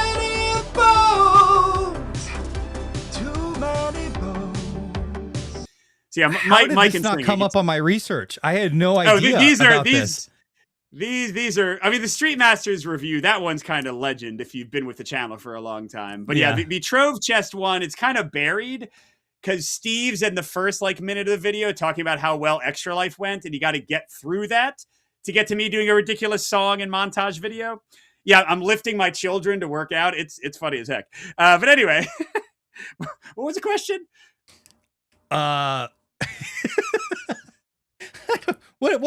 Designing. Designing. Anyway, so Salvation Road, begging for money, barely funding. And then we did Dark Dealings with they don't exist anymore, but Nevermore games. And that did better. And then we did an expansion for that one that also funded pretty well. And we keep in mind, we're designing this entire time. Like we have like a weekly design week, but so many of the games wouldn't go anywhere, or we'd get a publisher and then it would fall through. For every game we had published, we had at least 2 or 3 designs that would get signed or people wouldn't have any interest in. And it would, I mean, so many publishers, the stories of publishers just being jerks, which is why Peter and I are publishing our own games now. Like we've been doing that for the last couple of years. That's MVP. Yeah. So then, what do you say? And that's MVP. Yeah, MVP Board Games is like the publishing side of things. The next published game was Mega Man Adventures from Kess Games, which was a bit of a dream because I'm a huge Mega Man nerd from back in the day. Love and also Mega Man. my 10-year-old is a huge Mega Man fan. So that's like the only cool thing. He's like, you designed a Mega Man game, and like he'll play that. And he kids thinks that's like really Mega Man now? That's awesome. My kids, because I make them play Mega Man until they like it. You're right. I love the bosses, like all of the different boss variations. Those stick so hard in my head. I just thought they were all so creative and just fun and terrifying at the same time. And then stealing their weapon and making it your own. That's the best part. Yeah. Yeah, and then Peter and I partnered with Escape Velocity Games because we had never published anything ourselves to design and publish Flame and Fang. So that's the first game that was kind of all us, except it wasn't really all us. It was Escape Velocity, and he handled like the actual distribution, and we weren't, it went okay, but we weren't 100% happy with how everything went. And again, like just aside, like the YouTube channel is very successful. We advertised the game on the YouTube channel, still like barely got, like we funded, but it wasn't like big funding. It was like barely enough to pay for the game, and like no retail copies sitting around or anything. Now we are working on our upcoming game, name to be defined, but hopefully it'll be by the end of the year. This is one that's been through 5 iterations probably, but we're super happy with where it is right now. To give a little bit of a pitch, it's like a cooperative mech arena game where you're giant mechs and you're like stomping on little tiny troops and stuff that are running around, and you fight big robots too. And when you defeat them, you can rip off their body parts and attach them to yourselves. Kind of like Mega Man. Guy had like, it's definitely Mega Man influence a little bit. Yeah. So like if you were fighting a guy with a giant axe, you can take his giant axe and start killing people with it. It's just good fun. Very cool. I always love that about Elden Ring, being able to go and get like the actual weapons you were fighting against, or the armor. Have you played Elden Ring? Oh, absolutely. Yeah, okay. Although for me, I would compare it, I don't know if you know this series, but it is actually also by From Software. So funny you mentioned Elden Ring, but the Armored Core series, do you know Armored Core at all? Mm-hmm. Oh, yeah. Yeah, because I played Armored Core very early. It was so hard. Yeah. I got my ass kicked. Oh, it's so hard. Yeah. But yeah, you don't just rip off their weapons. You also can like rip off their legs, rip off their head and attach it to your own. And we have the artist working right now and it looks so freaking good. We can't share any of it yet, but it's going to be like a paper doll thing. So like you'll have the head of this robot and the arm of this robot as you like kind of put your stuff together. Like out on your player board? Yeah, like your player board has cool. an image of your robot that is all the like different disparate parts you have put together over the thing, and they all connect together. You're not doing the mini connector thing like the No. Okay. We did think about that at one point, but especially with how things are with shipping and miniature costs and stuff right now, we're not even right. Maybe in a second campaign, premium add-on or something like that. Yeah, we have thought about that exact thing. But yeah, and then the whole time that's been going on, like kind of the official publishing, I've been doing totally kind of selfish, unofficial solo modes for games. Selfish in that they are games that I love and want to play, so I want to have a solo mode so I can play them. So like the big ones people can still check out. All of these have YouTube channel videos, and then also like usually the files on BGG or somewhere. I have a solo mode for Exceed, which is my top one game of all time. That's Exceed fighting system from level 99. Also one for BattleCon and Sakura Arms. I've done a lot of like the level 99 fighting games. Tyrants of the Underdark. You can't. I get just that played game that for the anymore, first time at Dice Tower. Oh, nice. Yeah, It's a great game, man. Yeah. Yeah, so my solo mode, that's a good one. Radlands, I have a really popular solo mode. I love Radlands. I didn't know. Radlands I actually just looked up your solo mode to play it because my son used to play it with me all the time, and then he just kind of grew up a little bit too much on me, and I don't get to it to the table as much. So I'm going to try out your solo mode. Wait, how do you grow out of awesome Mad Max post-apocalyptic like bikers? That's what you grow into, man. I know. It's a long story. I have too much to get to, but yeah, it's one of my sadness. I feel like he's going to come back. I feel like he's going to come back to me. He's big into video games, so okay. There you go. But yeah, so cool news with that. This has only recently been announced. I've finally, not for lack of trying, I finally got a company to pay me to do a solo mode. Congratulations. Thanks. Yeah, so it is related to one I already said, Skytear, Exceed Skytear, I think that's the name, which is not by Level 99, but it's by Skytear Games, who did Onward and Skytear Horde, but they licensed the Exceed system from Level 99. Level 99, like, they paid them to do the initial character design, but then they iterated on top of that. It's complicated. I'm not involved in any of that. But I made an all-new solo mode that's even better than my original solo mode. It's so good, man. What tells me how good it is, because I love Exceed, and I think this is like the best way to play it, besides competitive, of course. What tells me how good it is one of my lead playtesters just messaged me like a few hours before I got on with you. And he showed me that he had like printed out, because we were playing on TTS mostly. He had printed out like all the cards and like made his own tokens. He was like, "Hey, I'm going to play more solo mode." And I'm like, "Dude, I already sent the files. We don't need to test anymore." He's like, No, I just want to play it. So yeah, that's really awesome. Good. Yeah. If your play testers are still wanting to get it to the table, that's huge. Yeah, after they played it 20 times, like if it's their preferred way to play the game now, like that's right. Yeah, I think it's a good sign. So it's very exciting. I mean, both ends of things, because I do love solo modes for games, and I think some of them are good and some of them are trash. And, hopefully mine is good. I think it's good. So is Flame and Fang your most recently published? That was 24, I think. Correct. Yeah. So that's the most recently published, because Mega Man Adventures, I think, was 22 or 23. And there again, of course, have been other things that almost happened and then didn't. Mm-hmm. So Flame and Fang's the last one that actually materialized and like exists for playing. And that's another one. Wait, sorry, go ahead. No, go ahead. Oh, yeah, I was going to say, I did forget, Salvation Road, our first published game, is getting a second life. Gabe Barrett contracted it for a new version with a totally new theme. It's kind of like Mines of Moria, dwarves trying to escape like demons and goblins. I've not seen it yet. He's been having his developer like update some of the things and make it more suited for like pure solo play. So I'm very excited to see what he's done with it. But I've seen a little bit of like the initial art, and it looks friggin' awesome. So I actually just watched your review on that, and you were pretty tough on yourself. Yes.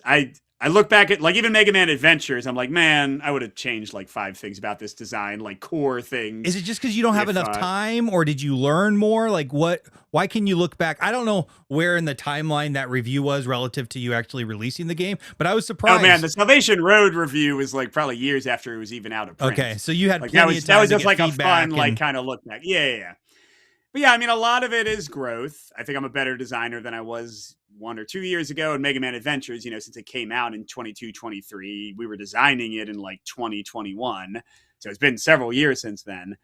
But also, like, I think gaming is just getting better. I just did a Patreon video on this where I ranked every year and like the co-op games from every year. By the way, I do. It's funny you mentioned like top 10 lists and how they like make a lot of money. I actually mostly do those on Patreon because I don't want to seem like I'm shilling like with tons of top 10 lists. That's how you. I know. I'm like the worst marketing code. person ever for my own brand. Mike, let me tell you a secret. Just okay. So I have a video that is my best video of all time. It has like 160,000 views, an insane video, and it keeps getting views over and over again. I remember I told this a million times. It was like 9 games that I wish I played sooner. Basically, the concept is like I went straight to like Root as an example, and I'm saying you know, go play Defenders of the Wild, whatever it is. I remember editing that thing going, this is such a piece of crap. I don't know why I don't know why I'm doing this. I felt like my presentation was awful, everything. I was just like, you know what? I need to get a video out, and like, I'm not proud of it. I put it out, and it's by far my best video of all time. It continues to get views to this day. I got like 3 comments on it today. People, you know, saying stuff on it. I don't know if you know this. Those videos do well, so you should probably put those out on your channel. I just don't care. I don't need to be 100,000 like subscriber channel. I'm fine with what I got. I think Tom Bassel said he has like 300. I can't remember the number. A ridiculous number of top 10s in his like notes ready to go. He loves top 10 so much. Yeah, I don't really, I don't like them that much. I don't know. Yeah. Like I know some channels do like a update of their top 100 games every year. Like Dice Tower does that. I don't care. I don't want to do that. I don't know, man. But you do some lists. You did like I do the boss some, battlers. but here, like the thing, you know, I'm an educator as well. Like that's my main career. I like my videos to be sources of information and like useful information. And like, you know, when I did recently like some videos that were like top boss battlers, and I ranked them through several different metrics. And I liked it. I think that's useful. You know, like I think that's a useful thing. I think like I do a top 40 list at the end of every year, but I don't think it's actually that useful. Like it kind of might remind people about some games.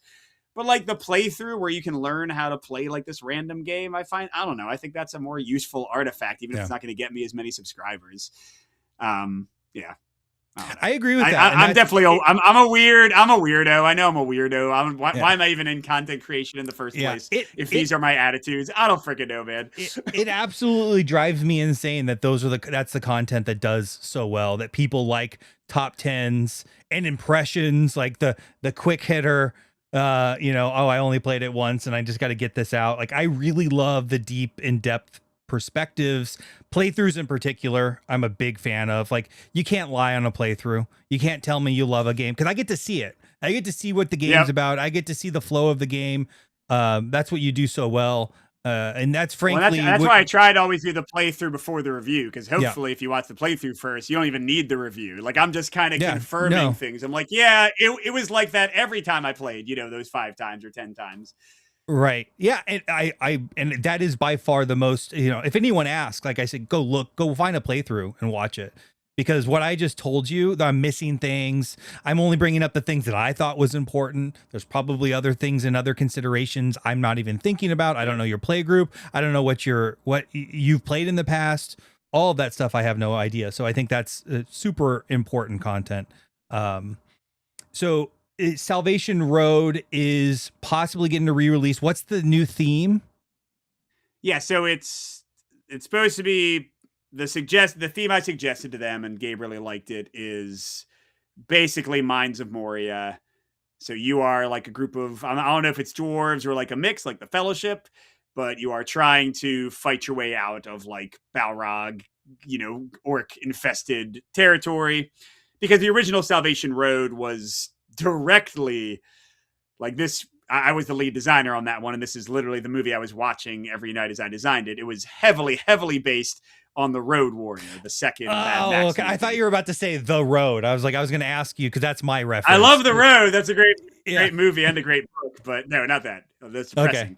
Okay. Very depressing. No, The Road Warrior, because like you're building up supplies, you're fighting off marauders, and then at the end of the game, you all get in a big rig and you try to survive the journey to like this, you know, Salvation Road, this like mythic city you're trying to reach in the post-apocalypse. So in this new one, it's, you know, again, I don't know all the details because they've done some further development. We're going to get to play it and give our feedback and kind of mess with it further. But But now it's you're trying to escape the mines, and you're being overwhelmed by creatures, and you got to get the supplies you need to like get to the next level and eventually get out.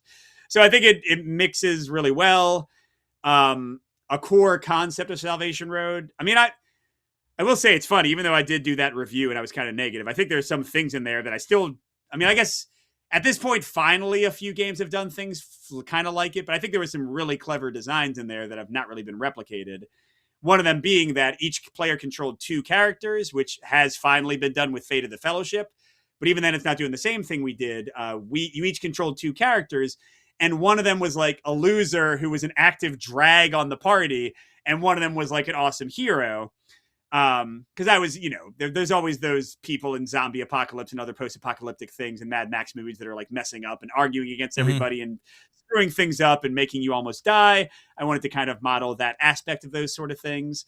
But it works out super well for Mines of Moria because you got Pippin knocking armor into the well. This is the movie version, and alerting the goblins and everything to come and attack. So I think like the idea, once we found the new theme, it was fun how quickly and immediately like almost every aspect of the game could translate into it. And I'm very excited to see what they've done with it because the cover they sent me is friggin' beautiful.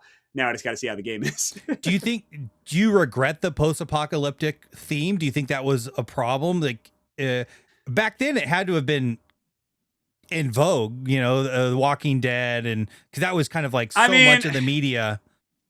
I mean, there's so many things that go into it. We came out a little bit after, like the crowdfunding campaign went up a little bit after Dead of Winter came out. And, or maybe, I forget. And then we were crowdfunding like simultaneously with, what was it called? Defenders of the Last Stand, which is like another post-apocalyptic game. It was a sort of a retheme and redo of Defenders of the Realm, the Launius like pandemic retheme. And well, not really retheme. That's a very different game. And there was like another post-apocalyptic game that had just finished its crowdfunding campaign. But I don't know, regret? Yeah, I mean, I would have liked the game to do better. I think it's a cool design. I guess I do have some regrets there. Yeah. But whatever. Hey, it's getting a second life, and this version is going to be even better and even prettier. So that's and I think in your review, I don't know if it's like an event system or apocalypse system where there's these cards that would come out. They were kind of samey. Is that being worked on? Like I think you wish you designed them more interesting or varied. Correct. Yeah, no, trust me. Gabe's well aware of everything we thought was not great with the game. And he's already like sent some messages about things that are changed to address that. And we even fixed a lot of them ourselves because there's a official Mike and Peter like variant document on BGG. That's like, hey, we know we made the game too hard and this and that. Here are like 2 official variants. Play with these. You'll have way more fun with the game. So, like, the new version gets the benefit of us already reflecting on our design and improving it years later, And the same Bane and Boon system that you described where you have your secondary character kind of that has the weaknesses. I think so. Again, I mean, I hope that was a key part of the game. I think they'll have that, but I haven't seen what they've worked on yet.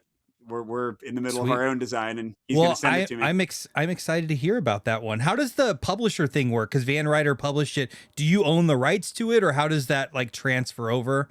It totally depends on the contract. AJ at Van Ryder is one of the. I've had a lot of terrible experiences with publishers over the years. Ones who published my games and ones who didn't publish our games. Van Ryder is not one of those at all. AJ is an awesome dude. We signed a contract that said the rights would revert to it after a certain amount of time. That time passed. We were like, hey, AJ, do we have the rights back? He's like, yep. Have a good time with it, guys. And I was like, thanks. That was it. So that's really cool. Yeah. Whereas Dark Dealings, not to spill too much tea, but Dark Dealings was published by Nevermore. When they went out of business, somehow it transferred over to Greater Than Games, who's been having a little bit of a rough time recently, if you can imagine. Yeah. Are they still in business, or they're like paused on doing anything? I think they're technically in business, but not making any new games. How do you mess up Spirit Island, like this evergreen, product that should be a cash cow always?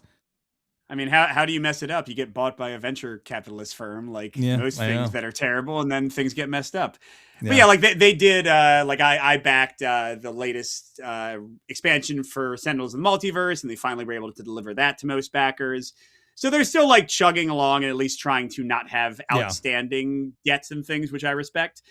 But yeah, like they had the rights to Dark Dealings for a little while, and they just kind of sat on it. There were apparently like copies of the game in warehouses, but nobody could buy them. It was a weird situation. But again, they were okay. Like that was not the worst. We at least got paid during the original crowdfunding campaign and all of that.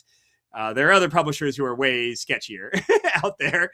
So yeah, that's why we have switched to like as stressful as it is and as much more risk as there is. We just want to publish our own stuff from now on. At least for like full games. For solo modes, I'm totally fine working with other publishers because that's such a smaller little thing. Right. I get my flat fee or get my little percentage of the money. And yeah, I don't have control anyway. If they mess with it afterwards, good on them. That's fine. Do whatever you want. Let's get some views. Top 10 publishers that suck. Go. Nope. I'm just joking. I don't know if you can tell from my content. I feel a little bad being super negative. I'm definitely not a clickbaity. I could name them. I don't know if I have 10. They're I have out there. Mike says that they are out there. We're just not going to name any names. I wonder how much of that is just like... people tend to know who they are. Like eventually people tend to know who they are.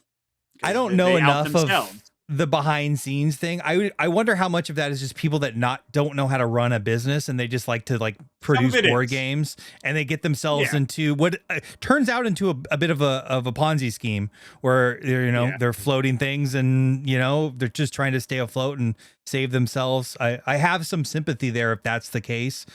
Oh yeah, and that's not what I'm talking about. I'm talking about people who are like don't communicate and don't answer your emails. I won't say who, but I was supposed to get paid for something by somebody. Nobody I mentioned in this recording, somebody else entirely. And I had to send like 4 emails over the course. They were like, here's how much we owe you for this work you did in board gaming thing. And that was like January, I think. And I was like, okay, so can you pay me? No response. Okay, can you pay me like a month later? Oh, hey, yeah, I'll check with marketing today. No response, nothing. Month later, can you pay me? Remember when you said you pay? But I think, and actually they just said, hey, the check should, or like the payment should be incoming. And I haven't gotten it yet. So I'll probably have to send another email in a month asking for payment again. And that is so common. And I know it's, like it's probably partially because their margins are tight and maybe they don't have the money to pay me right now. But then don't get in a contract with me where you owe me money. You know what I mean? So you have a contract and everything. So you're covered legally. They're just like ghosting you. I'm covered legally. It's not enough money that I would actually go to court ever do anything. And that's how it usually is in board gaming. Unless you're like a huge company, it's never enough money to go and do legal stuff with. I don't know. Yeah, nor do you want to deal with any of that anyhow. Luckily, I don't need money. My main job takes care of me pretty well. The YouTube and Patreon adds a little bit more on top. So I'm trying, I think it's come through in this interview that money is not the most important thing to me. So I'm doing okay. Yeah. All right. So let's move off of all of that stuff. Let's get into some more fun stuff for the remainder of our time, which is let's use some of your recent videos to understand what makes a good solo game. This is just a list of attributes I've known or found as I go through. Feel free. I want you to jump in here. Tell me why it's important or not. Okay, sounds good. I'm very curious about this part. Okay, cool. So number 1, time to table. You mentioned this a lot. You said in a recent video, in the time it would take me to set up and relearn Elder Scrolls, I could have played Witchcraft 3 times. How important is time to table for you? Do you take that into account as you design as well? Yeah. So I will say it's very important for me. And again, this is how I try to structure my reviews whenever possible. Right. I have to be playing like a different game every couple of days to like, I do 4 or 5 videos every week, which is too much, but whatever. So I can't leave things set up most of the time.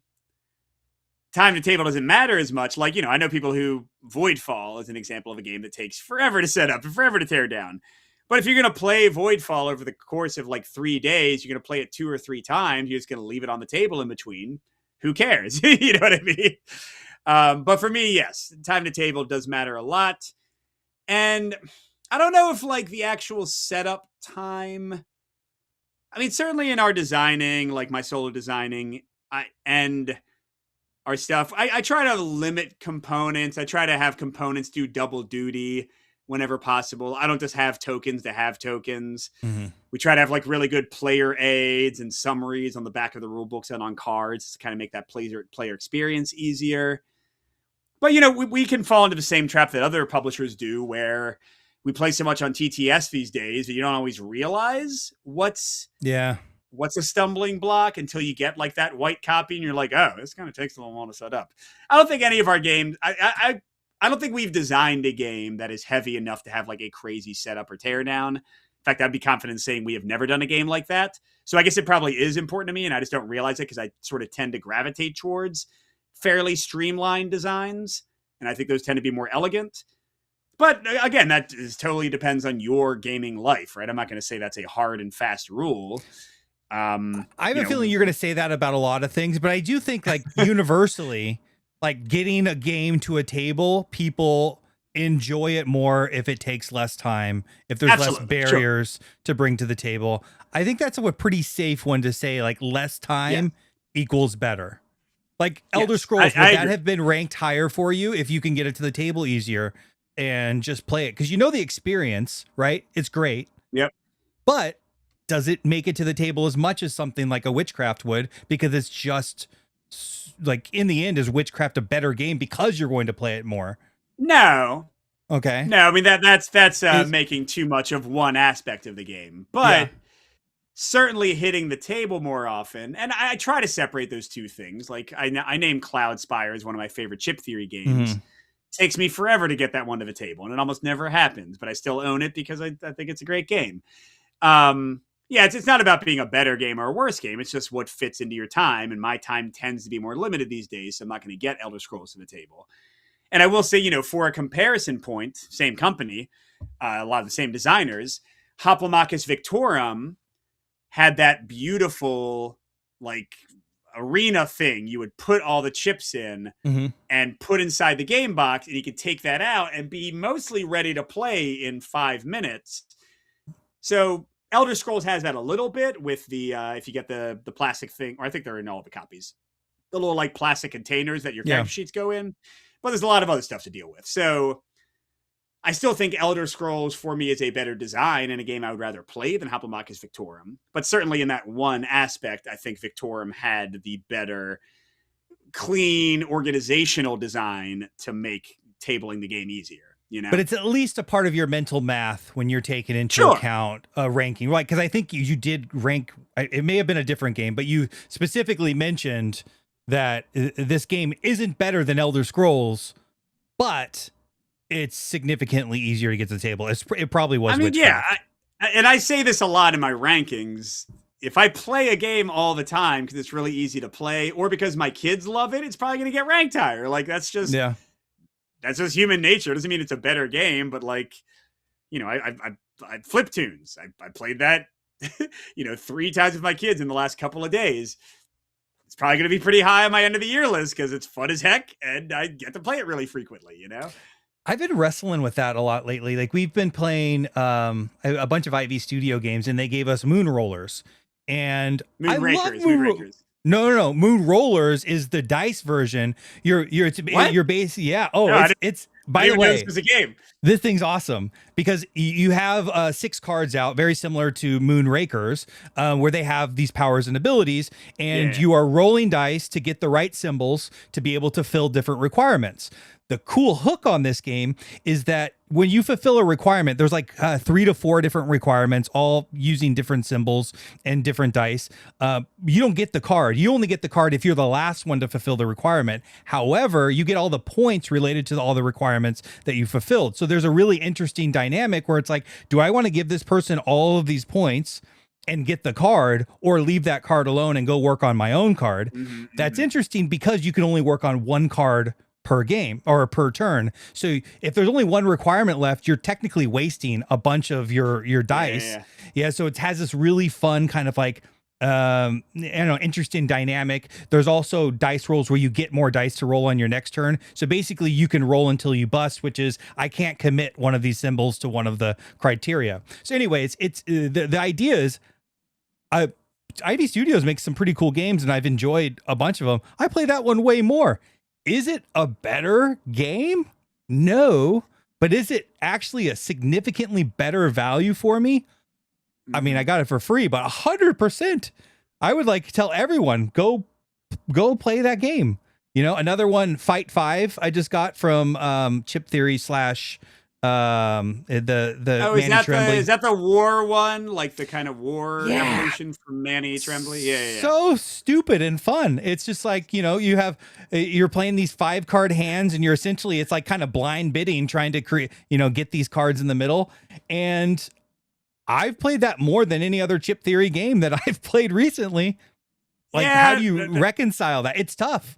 Because it is just like... Well, the funny thing is that one for me was more just the dumb and not the fun part, so I didn't really want to play that anymore. So it was fun. Sometimes it could be too simple for me, you know, I don't know. It can go multiple directions. Well, so I think on that one, it depends. Like, it became super competitive, and like there's this meta that my wife and I have a very like competitive meta. So it's really fun, and it almost gets rambunctious on like when you get a win or when we're like tying, and then you have this big pot of cards that are sitting there waiting for you to like go and get. So I never thought that I wanted to play it, but it's also just, I played it a bunch and I've had a good time with it. So, you know, I don't know how to reconcile like this idea of like this great game, this masterful design with something that I'm actually going to play a lot.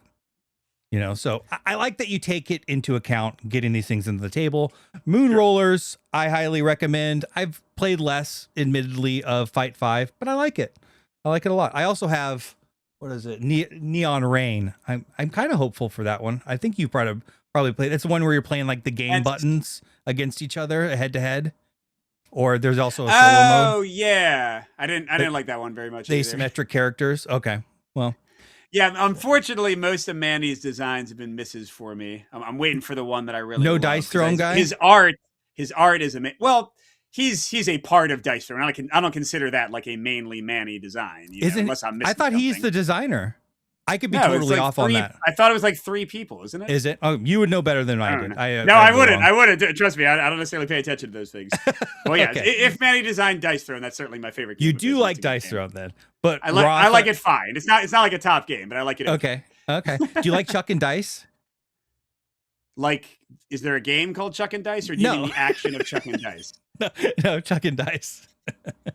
Yeah, I like Chuck and Dice sometimes. Okay. I mean, these days I want there to be a bit more to it, but it's fun to just roll a ton of dice. Yeah, I'm a D&D player from back in the day. You know, I like just throwing some dice and seeing what happens.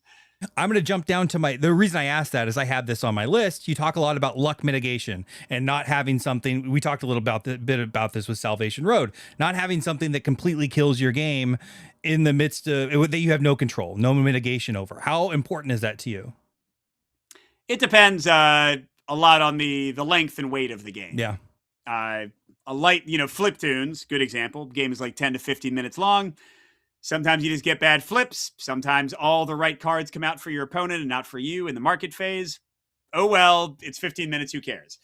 But yeah, when luck, the biggest one for me, it's not just luck, but luck and missed turns, missed actions. Those kind of mechanics are, at least for me, a personal pet peeve. If I can spend my entire turn to do something, and in failing, I get nothing. I don't get partial success. I don't get, like in Street Masters or one of those kind of games, I don't get like some tokens to say, hey, consolation prize. I just wasted my entire turn on that. That's generally frustrating for me. But, again, it depends. How many times am I rolling? How representative is one? How bad is one instance of luck? And it's not just dice. It could be card draw. I think those are all kind of things that play into randomness. Right. Because you'll see in my reviews, sometimes I say randomness and it's a pro. Sometimes I say randomness and it's a mix. Sometimes I say randomness and it's a con. A lot of those things play into it. It's not just mitigation. It's also just kind of like the feel of the randomness and the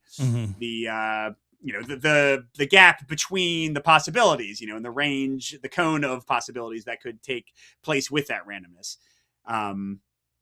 Yeah. I don't know. It's a quite variable aspect in game design, I think. Yeah, I think for me it's a direct relation to length of game. How much have I invested specifically into it? If it's a dumb quick game, I don't care that much. But if it's something I put a lot of effort into and there's not a fail forward mechanism, Too Many Bones is a perfect example. The bones, will give you some pretty awesome, powers. So that's great. So do you like the fail forward? Yeah, I do. Yeah, I Aspect in like Too general? Many Bones and how they do it, or Elder Scrolls. I do love the Sadler brothers like dice design that they use in Street Masters and Ultra Quest, and this new one, Malice of Light, where the miss side like gives you a token for future success or mitigating future rolls. I think that's a great way to do it. Um, Also, one of my favorite kind of dungeon crawler battle games is Tales from the Red Dragon Inn, and they do it in a different way. None of the dice have misses; they just have like some hits and even more hits. So like in a way, like if you math it out, it's really identical. They could have taken away one hit from every die, and like a face would have been a miss, and the enemies would have had less life. But randomness is often about optics and perspective. It's not even necessarily truly in a lot of cases about the design and the perfect balance. It's about like whether you feel good about it or not. Yeah. And it is a psychological game, right? It's absolutely psychological. So I think you just got to kind of look at the optics. And I think anything that gives you a fail forward, like going to the RPG design side of things. I haven't designed RPGs, but I played a lot. I love RPGs that have, this is something I've seen in like the Fate system and some other ones, and you can kind of adapt this to any RPG. The idea that a failure is not a failure. You can choose to, a lot of games let you do this. You can either choose to let it be a failure or a success with consequences. So like you're pick locking the door, you fail your roll. Do you want to let it go, or do you want to keep going, but you break your lockpick and you set off the alarm? Yeah. And that way the adventure can continue, but it's going to be even more exciting and different than it would have been because some new things happen. So I love systems like that. But I don't mind if you just roll a die and you miss sometimes, as long as you do it a whole bunch. And there's some mitigation and, you get back to your turn very quickly. It's not just overall length of the game, but how long is it going to take before I go again? Like if I waste a turn, but it'll be my turn again in 1 minute, great, who cares? If I waste a turn and then I don't get to do anything for 20 minutes, it's more of a problem. Well, so go ahead, keep going. Well, I was going to say, even like in extreme cases, one that I covered recently is How to Save a World. Mm-hmm. And that's one where at the end of the game, you pull tokens from a bag to see which method of saving the world works. And I've had games where if it had been these tokens, this person would have won. If it had been these tokens, this would have won. If it had been those tokens, that person would have won. So it's totally, in a way, a random element that everything else has led up to. But like, whatever. It means that I don't know who's going to win. I'm not bored in the game because I still have a chance at any moment. And it means the ending is super exciting and fun. So like that chaotic stuff can be fun for me too. But I know other people will despise it. So it's all based on your perspective with that stuff. So one of the games that you've covered most, which I think you said the most, Arkham Horror, the card game, is a game that I just got into in chapter 2. In fact, I just did a discussion video I'm about to put out on it. Love it. Absolutely love it. But that that red chip. Yeah, the automatic fail one. Here, let's see. I'm going to test it live here. I have it set up behind me right now. Let's see. What do you think? I think you're going to get a -2. Oh, +1. Come on. What? They aren't even in the bag at some difficulty levels. That never happens. So how do you reconcile an autofill mechanism like that in a game that does take a significant amount of investment? Well, it's interesting. Sometimes when I play Arkham, I use house rules for that. Like I've done house rules. Tell me about that. Yeah, so like one that I've done, it's very basic. I keep the tokens out until I succeed at a test, and then I put them back in. That's that way exactly I'm not going to fail forever. Yesterday. I'm not going to fail forever. Yeah. We literally just talked about that last night. That's what he does when he's when that bag's really against him. He just keeps them out until he hits the blue, and then he puts everything back in. But it also depends on what kind of mood I'm in, Arkham does have fail-forward campaigns. They're not always nice about it, but you tend to be able to make progress anyway, so it's kind of okay. But, I sort of prefer, I like Arkham better as an overall game, but I kind of prefer how Earthborn Rangers did it, where the deck you're drawing instead of tokens you're pulling, only goes from -2 to +2. So if you put +2 into the test, if you're 2 over the difficulty, you are 100% guaranteed to pass it. Now you don't want to do that all the time because you'd be wasting tons of resources, Yeah. and it's more likely to be -1 or 0 or +1 or +2. So the game does a good job of incentivizing you to take chances, and you can do a lot of actions every turn. So it's not like missing one is going to demolish you. I think Arkham is worse about that too. But yeah, I mean, again, none of these are things that mostly will make or break a game for me. And playing Arkham on easy, you're not going to draw the auto fail all the time. And then usually you'll be able to pass tests otherwise if you don't draw that auto fail. Or, hey, I know you don't have this in chapter 2 yet, but there are characters and there are cards that will trap the auto fail for a little while, so you can't draw it.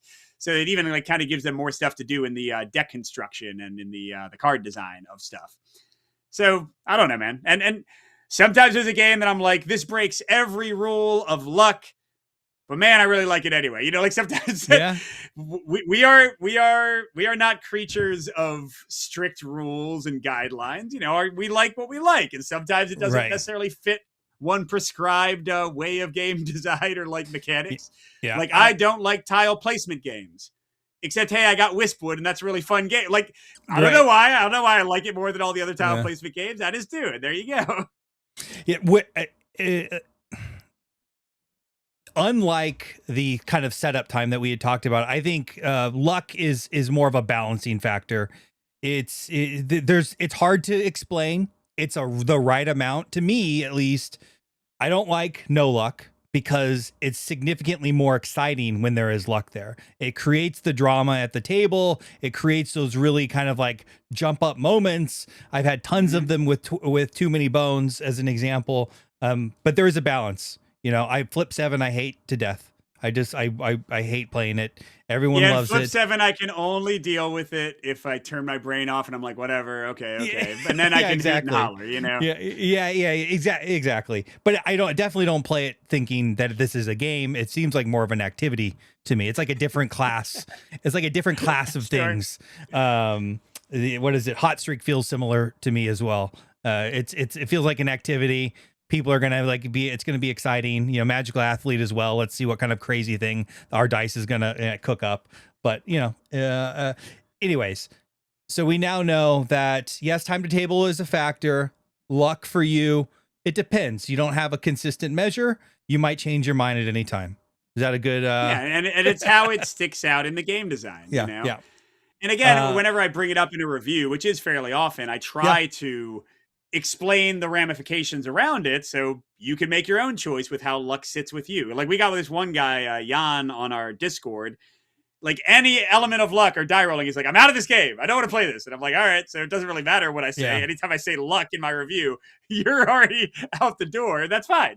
He knows that about his own preferences. I find that odd. I feel like you play a ton of games that have a luck element. Like it's not like you play a bunch of stuffy, perfect information Euros that I am aware of. But the thing is, I think he doesn't like dice, but he's okay with card luck. So again, like people are going to like what they like and not like what they don't like, Yeah. There is like an Oathsworn, like playing with the cards as an example. You can start to card count a little bit. So it does, it is a totally different aspect do you prefer cards or dice in Oathsworn?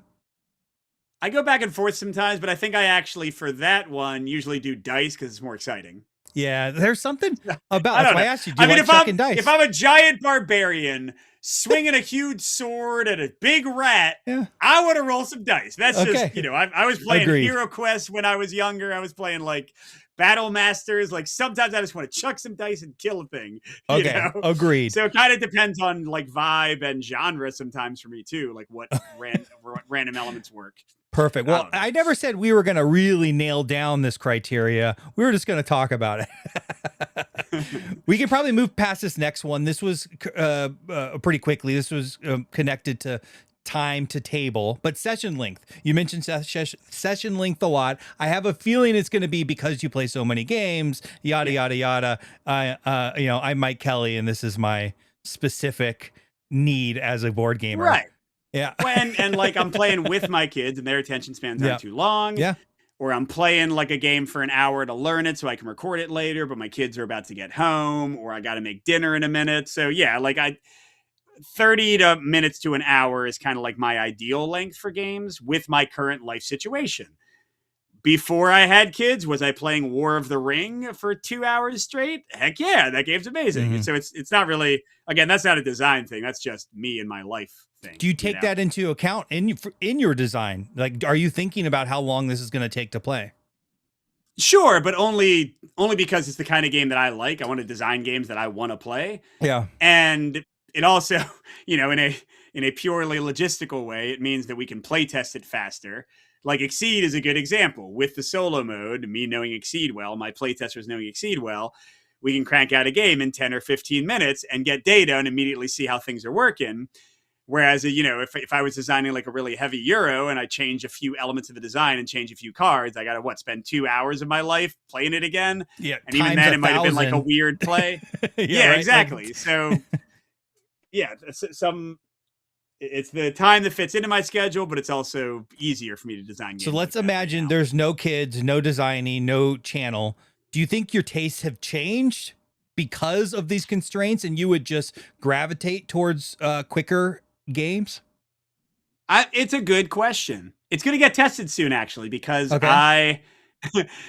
before I had kids and before I met Peter and was doing designing and podcasts and stuff, my main game group, and I'm still friends with all of them, we just don't get together for games very often, we played mainly hidden trader games. Our favorites being The Resistance, One Night Ultimate Werewolf, and the big one, Battlestar Galactica, the old Fantasy Flight hidden trader game. Mm-hmm. So I got Unfathomable, which is the Arkham retheme of Battlestar Galactica. I want to play that. That same group that I haven't seen in a while is coming over, not this weekend, but next weekend.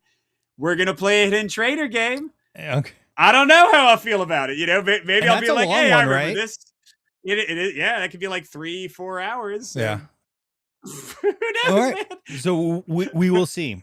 All right. So next one, I have two that are, I don't know, probably related, but you mentioned variety and replayability a ton. You also seem to really like asymmetry, character asymmetry, yes. Faction asymmetry, that type of stuff. That to me, that nests with replayability, but some depth and such. So are these big factors for you when you're looking at a game, a co-op game or solo?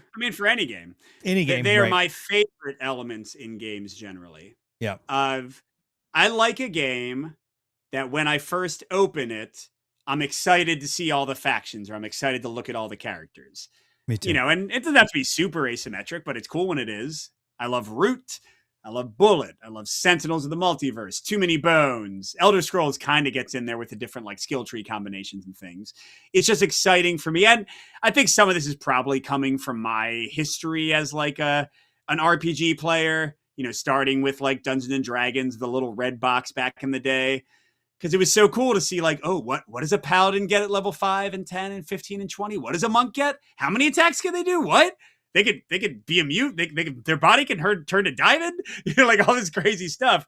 That was kind of where games live for me. And then again, when I was like a little kid playing the first edition of Hero Quest, or even like Battle Masters that Restoration Games recently did like their new version of that's coming up.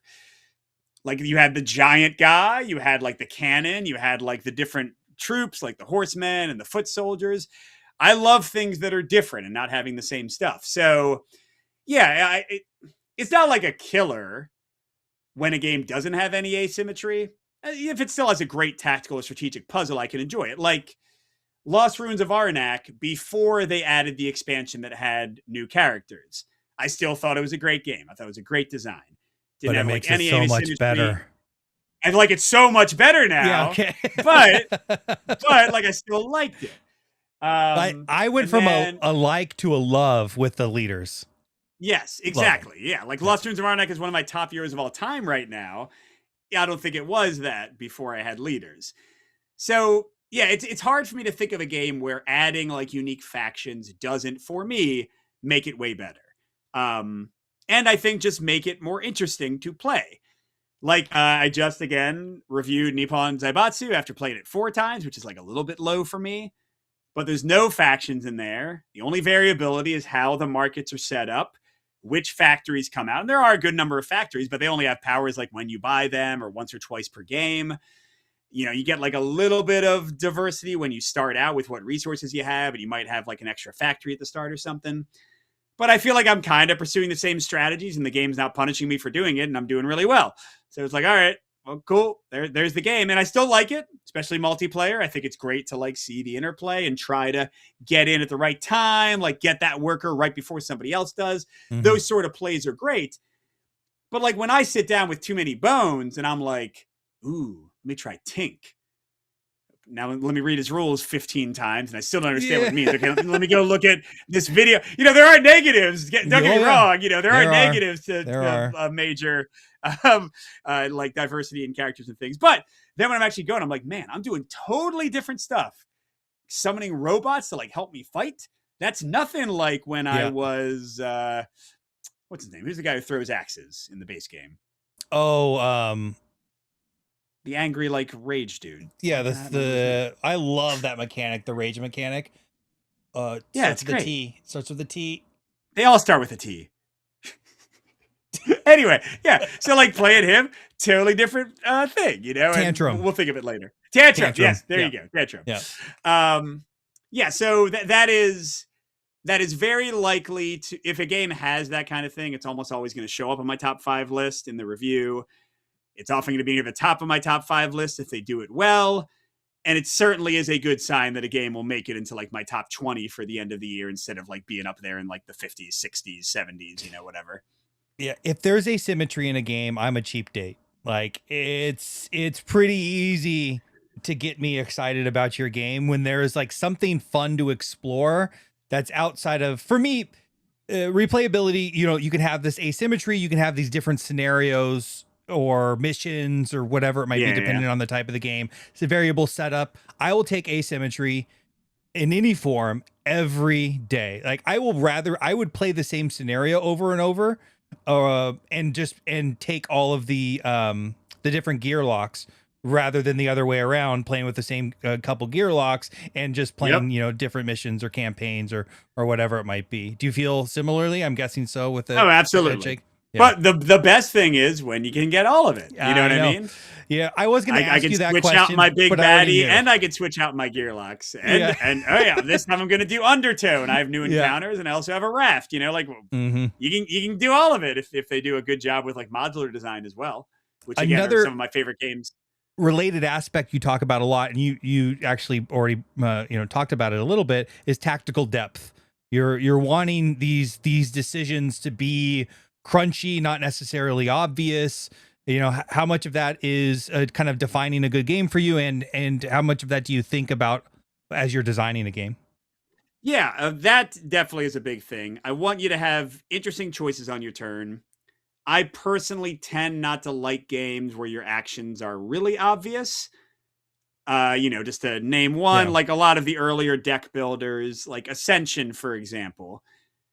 You draw your hand. Here's how much attack I have. Here's how much, money I have. I'm going to attack the one thing I can attack. That's great. It's usually obvious which thing you should buy because, like you said, with deck builders, the higher cost cards are so much better than the lowest cost cards. Like, I can get 2 cards that will gum up my deck and barely help me, or I can get this card that draws 3 cards and gives me 5 attack when I play it. I wonder which one I should get. So I tend not to love, like, it can be fun, but I tend not to love games that have obvious choices. So things that I really love in games that tend to, contribute to that stuff is when there's multiple aspects to consider. So, hey, let's give Nippon a positive thing here. You're pulling workers off to resolve actions. So you want to think about, which action do I want to do?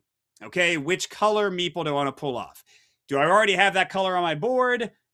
If I don't, it's going to cost me more money when I get my workers back. I'll have less money for the next few rounds. Oh, but also, is the bonus something I need? Okay, if I get this worker, I'm going to get iron, which will let me build a ship later. If I get this worker, I'm going to get money. Oh, do I even want to take an action? I could consolidate right now, but I haven't quite gotten as high as I would like to for my victory point thing, because you also get end goals from it. So I love that kind of stuff. I love multi-use cards. Every card is a resource. Like I can spend this card. Oh, but if I play it, that'd be really good. So I love that in like Marvel Champions or you designed that in Flame and Fang as well, right? Yep, Flame and Fang has that exactly. Or cards you can SETI. I love how SETI lets you discard the cards for an immediate resource. Or the second you add like little things, we've talked about this a lot on the podcast, like in some of our design discussions. Like there are little things you can do that don't overwhelm a player, because I'm not a super heavy gamer. Like I play heavy war games. I play heavy Euros from time to time. It's not like my preferred thing at this point in my life. But there are little things you can add that just make it more than basic and more than, I mean, heck, I said this game, Wispwood, I really enjoyed that one. It's like a little tile laying game, but you've got 5 different or 6 different scoring cards to consider. You can, every time you pick a tile up, you have 2 different shapes you can put it down on in your board. You get to pick where the tiles go within that shape. And hey, you can flip your cat over to do this thing too, but then you'll have to take a tree turn to get your cat flipped back over. So just like, that's a really simple game. I taught that to my 10-year-old. He had no trouble with it. But there's like more to think about than just the basics. And when it's just the basics, usually that's not a game that's going to hold my attention much, unless it's flip tunes and it's all simultaneous and the whole game takes 10 minutes or 15 minutes and then it's fine. Right. It's just fun. It's just fun. Oh, can I get the right cards? Like, I think there's something to say for that. Depth is probably the most important thing for me. The way I think about it is like, how many different dimensions or systems are your decisions kind of interacting with, even a tile layer can have that. As much as I really dislike Calico, my wife loves it. It has a relative amount of depth because there are probably 4 or 5 different systems that you're having to take into account as you're laying a tile. It makes those decisions interesting. I won't say that in front of her, or else she'll make me play it with her. She loves tile layers, so I play a lot more than I would if I didn't have her around as my main gaming partner. So I try to find the best. Shallow Sea, by the way, Bad Comet. Have you played that? Yep. Yeah, I covered it. Oh, okay. Did you like it? It's like one of my favorite tile layers now. All right. Yeah, okay. No, I think it's really good. My wife adored it, partially because of the art and everything. No, I thought it was really good. Cute fish meeples. That one had some interesting... It weirdly enough did not hold my interest as long as Wispwood. Well, I haven't played Wispwood, is faster. Wispwood is so cute. Little cat meeple, and not meeples, little cat tiles that hide in trees. It's very charming. That's CGE, right? Correct. Yeah, I think I had an opportunity for a review copy in Dice Tower, and I was like, that doesn't look good. I'm not going to go get that. But I'd say give it a try. Yeah, okay. I pretty much guarantee, based on what you said, your wife will probably like it, even if you don't. Yep, she so loves. Maybe don't get it then. Never mind. Tile laying, I don't know, right? Cascadia, Shallow Sea, Harmonies. Yep. The new or newish. What is it? Flamecraft Duel. I love. I've been playing that with my wife a lot. That's a fun one. I've found out that I like the duels. I like the back and forth. There's kind of take that, trying to understand what kind of stuff they're putting together. Anyways, we are about out of time. Do you have a few more minutes to go through a couple more of these? We have at least one very important one. I know. I don't know. Tomorrow is luckily a pretty easy school day for me. Like, I'm not teaching the first period because they have a weird schedule. So if I get into school, I mean, not late, I'm not allowed to get late, but if I don't wake up as early as I usually do, I'll probably still get 6 hours of sleep. Let's go. Okay. All right. So this one is close to your heart, and it's one in which I hate so much. Automas. I'm not an Automa AI opponent, high overhead. I can't stand. I will not play a game because of that. So if there's like multiple, if I'm looking through the Automa and it's like similar size as the rest of the game, I'm out. So how important is Automa design for as a designer, but also as a reviewer for you, and AI opponent kind of in the same? I have shifted some on this. Like, I used to adore the better like bots for Root.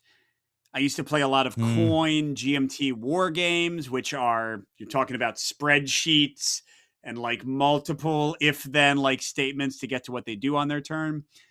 I have kind of gone away from that some and gone towards more streamlined Automata. Well, first of all, I will say, and I say this on the channel all the time, I will pretty much 0% of the time pull a Euro or like a competitive, heavily competitive game off my shelf to play solo if I'm not covering it for the channel. That's not just where I go. I do like those games more for the intense interplay. That's usually like the best part of Euros. So if I lose that, it does depend. If it's a Euro like where I'm building stuff up, like creating a farm, and there's not that much player interaction anyway, then I might be more likely to play it. But if it's like a cutthroat Euro, it's hard for me to get excited about Automa for that. You're right. Now, I'm also designing Automa for some of my favorite competitive games, but I do think my own design is leaning towards the more streamlined. So if you compare, once it's out and once I have videos of it and stuff, if you compare my old Exceed solo mode, the unofficial one that I worked on off and on for years and years, updating it for each new release, if you compare that to this new official one, it's so much cleaner. It's so much more straightforward. There's fewer components. There's fewer things to look at. And somehow it plays better. So that was just a lucky thing. I think usually those two things are kind of... Usually, I think a more complex Automa tends to model a player better. So I do kind of respect it for that. And I will be honest, I do sometimes get annoyed at Automa when they're too streamlined and they just cheat. That does annoy me sometimes. Yeah. You know, that's going back to like old video games, like when I would play Civilization 2 30 years ago. And I'd be like, what? How they already built 5 cities? That's incorrect. That is not even legally possible. You know, like that kind of stuff would piss me off. But yeah, I've gone more towards streamlining. And even some of my older solo designs, like if you ever looked at the Tyrants of the Underdark one, that's pretty streamlined. You just look at the cards in the market and that's what they do. So you can kind of influence by taking cards from the market, but they just do some stuff. But like, yeah, these days I don't really want Automa that have 15 priority charts, and I don't want to play coins anymore as solo games. Like, it's kind of sad for me to say because I love that design, but I'm not trying to cover them anymore. I love Root. It's one of my top games, but I can't remember the last time I pulled it off for solo. If somebody wanted to play it 2-player with the Marauders expansion, where you get like the kind of sub factions to make 2-player work better. Hirelings are good. That's what it's called, Hirelings. Yeah, I'm in there right away. Yeah. But yeah, like I don't really want to play it solo anymore, and that's just sort of where my taste the clockworks are a perfect example of what I find so brutal. Like, yeah, I just don't have the patience. But to your point, though, too simple is they're dumb and they're not. Right. In those games where it's super important that it's going to the right place, like anyone in their right mind would go and take that spot from you. If it's an Automa and it goes and just takes a random spot that doesn't help itself, that's not doing, you know, I would imagine there's a pretty tough balance to be struck there. Yeah, no, and it is tough when you're designing to figure out like what hills you need to die on, right? Like, okay, the Automa, like often I'll look at, okay, what decisions do they need to make well? You know, for example, just because it's the most recent one, for the Skytear Exceed, distance to the opponent. They're flipping random cards to attack you. Each card has a certain range. If they're not getting into the range where they can hit you consistently, because those are the cards in their deck, what are they even doing? You know what I mean? So I needed to make sure that their decision making in regards to their distance from the player is very strong, even if they do some other stuff that's a little bit dumber, you know?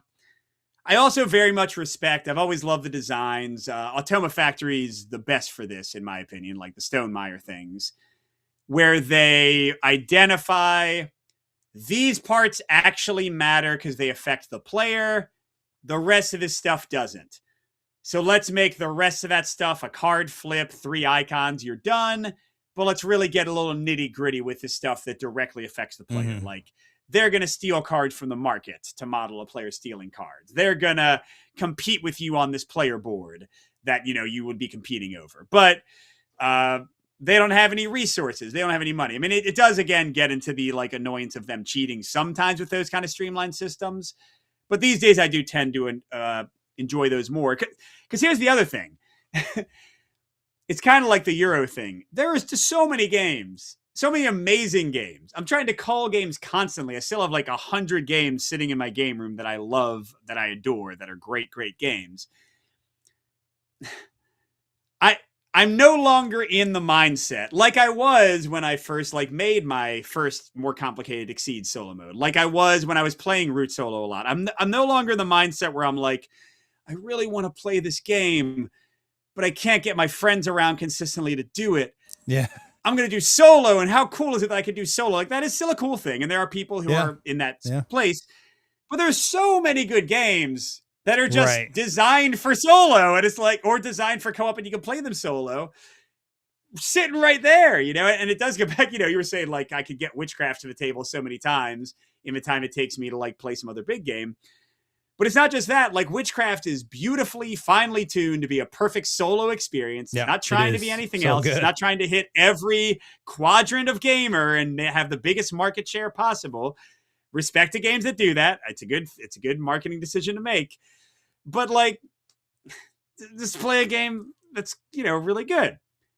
Although still some of my favorite games are, yeah, I don't know, man. You also create these days, solo modes though. Right, but again, I'm going towards more streamlined ones where it is not an imposition to do the Automa, you know, like I think there's a difference between solo modes that are an imposition and solo modes that play sometimes more smoothly than the competitive mode. I don't need to wait for you to like have analysis paralysis for 10 minutes before you take your turn. You know what I mean? So like sometimes solo modes can have advantages that is if true. they don't get in their own way with like the cumbersome aspects. 100%. Like I remember my wife did not like Nucleum. I sat down to teach it to her. She was like yawning and I got like 1.5 plays with her and it just wasn't happening. So I had to learn the Automa and I honestly just wanted to cry. Like, just like, I really love the game, by the way. And I'm so happy. Oh, Nucleum's a great game. I'm happy it's on BGA all of a sudden. At least it was in beta. I was playing it recently. But it made me so sad. And I think at that point, if a game's not native solo, or co-op and you know, and it works really well with solo, which is, you know, kind of hand in hand for the most part. I just don't have the time for it. I have so many incredible solo games, to your point, that like I don't need to sit down and learn the Automa for a Euro game. And there was also plenty of those online that are easy to play. It sounds like we are in the very privileged position of having people who will play games with us. You know what I mean? Yeah. Like, well, I make if your wife but yeah, was not enjoying a game at all and played a long Euro with you twice, that's pretty dang good. You know what I mean? That is true. I begged her. Sometimes I had to go get her coffee, go get her a sweet treat or something to do it. So it isn't always easy, but yeah, I make it happen. Yeah, and like my wife will play games with me, not that often, but my 13-year-old will play games with me all the dang time. He's like my main, like, hey, help me learn this game for the channel. And then I have a game group at work every Thursday. We just played Spooktacular today. Oh, cool. I go to Peter's house to play with a group, usually every week or every 2 weeks. So I have the privilege of being able to play a lot of multiplayer games. If I teleported myself back in time to when I didn't have all that and I was playing a lot more of these solo games, I'd probably be very happy to have these solo systems because it would be literally impossible for me to play Root. So, you know, it's not. We are privileged. I don't mean anything I just said to come off as judgmental. No, it's just that my needs and desires have changed. I still love covering solo games. I still love helping other people find, you know, solo Euro modes that they'll really hopefully enjoy with the playthroughs I do and stuff. But yeah, it's just not what I'm going to play. And I think, I don't know. I think I could still cover them in an honest way and talk about the mechanics as the designer and what I think like sings in the game. And at the same time be like, okay, after I film this, I'm never touching this again. You know what I mean? Yeah. It's like, you might like it, but, all right. So we've established yet another one. It depends. It's kind of a balance between complexity and intelligence, right? You know, you need it to be intelligent enough, but easy enough to run. So you don't want to claw your eyeballs out. So clear as mud again, but I don't begrudge that. I get it. AI opponent. I mean, if you watch my channel, you know everything is about living in the gray area. I'm not trying to be like, yay, best game ever. No, like, I agree with you on these, by the way. So AI opponent quality, we've had some pretty cool like reaction systems, Primal, Kingdom Death. Like there's some pretty cool systems out there that people have thought of. How do you judge that? Is it it's really its own separate thing. It's obviously a different type of game as well, but it is maintenance on playing the game. Yeah, I mean, I talked about this like in a more specific way in like my boss battler videos and rankings and things, but for me personally, like I eventually soured a bit on Primal because I got annoyed having to keep track of all of the triggers and things. for me, these days at least, the games that I most love to play are the ones where it get back to me being awesome as quickly as possible. Mm. So like a game where I don't roll for the enemy attacks, they just deal damage to me and I can react to it, but I roll cool things for my attacks. I love that kind of thing. You know, simple systems, enemy's going to move 2, they want to get next to you and then attack you. Great, do it. I'll do all the awesome positioning on my turn. You know what I mean? Like, so these days I don't as much love games where it's like, well, this, I'm thinking of, what is it? The old Imperial Assault app enabled like co-op mode. He's like, well, this enemy wants to reach range 3 of you. Then he wants to retreat 3 spaces to be the furthest from any player character possible. And I'm like, well, I don't care. I want to kill a stormtrooper. Like, I don't really need him to be that smart. They aren't smart in the movies. Just charge at me and miss with your shots and I'll get you, like that. So yeah, I guess it kind of goes along with the Automata systems, even in like cooperative and solo games. I am definitely gravitating more towards the streamlined systems. And streamlined doesn't need to mean like non-dynamic or dumb.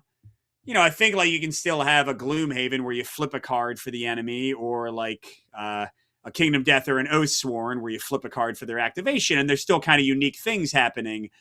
But it's not primal where I need to interrupt my turn at multiple points to like do something for them, and I got to constantly pay attention to what they're going to do, and I might miss triggers. Like that just kind of still a great design, not hitting primal at all. This is my personal stuff. But that kind of crossed a bridge where I was not getting to focus on the fun, which is me being awesome, my compatriots being awesome in a cooperative game. That's where I want the fun to be, right? Most of the time. Right. That's certainly what I designed for. Like, you do cool stuff on your turn, and then their turn gets out of the way quickly. Right.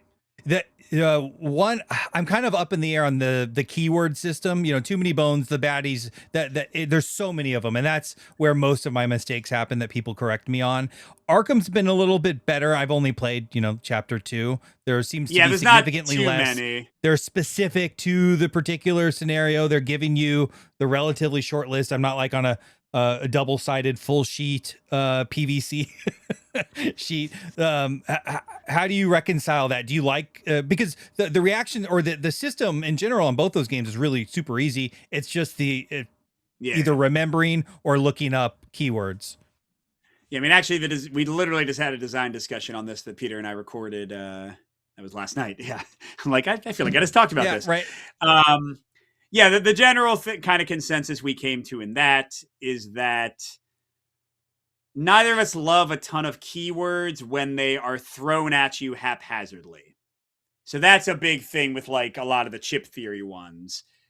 Elder Scrolls is way worse than Too Many Bones. Like Too Many Bones, it's still a little annoying, but like if the tyrant you're going against has greenskins, the greenskins tend to have like 2 or 3 keywords, so at least you're going to get used to seeing right, them. Yeah.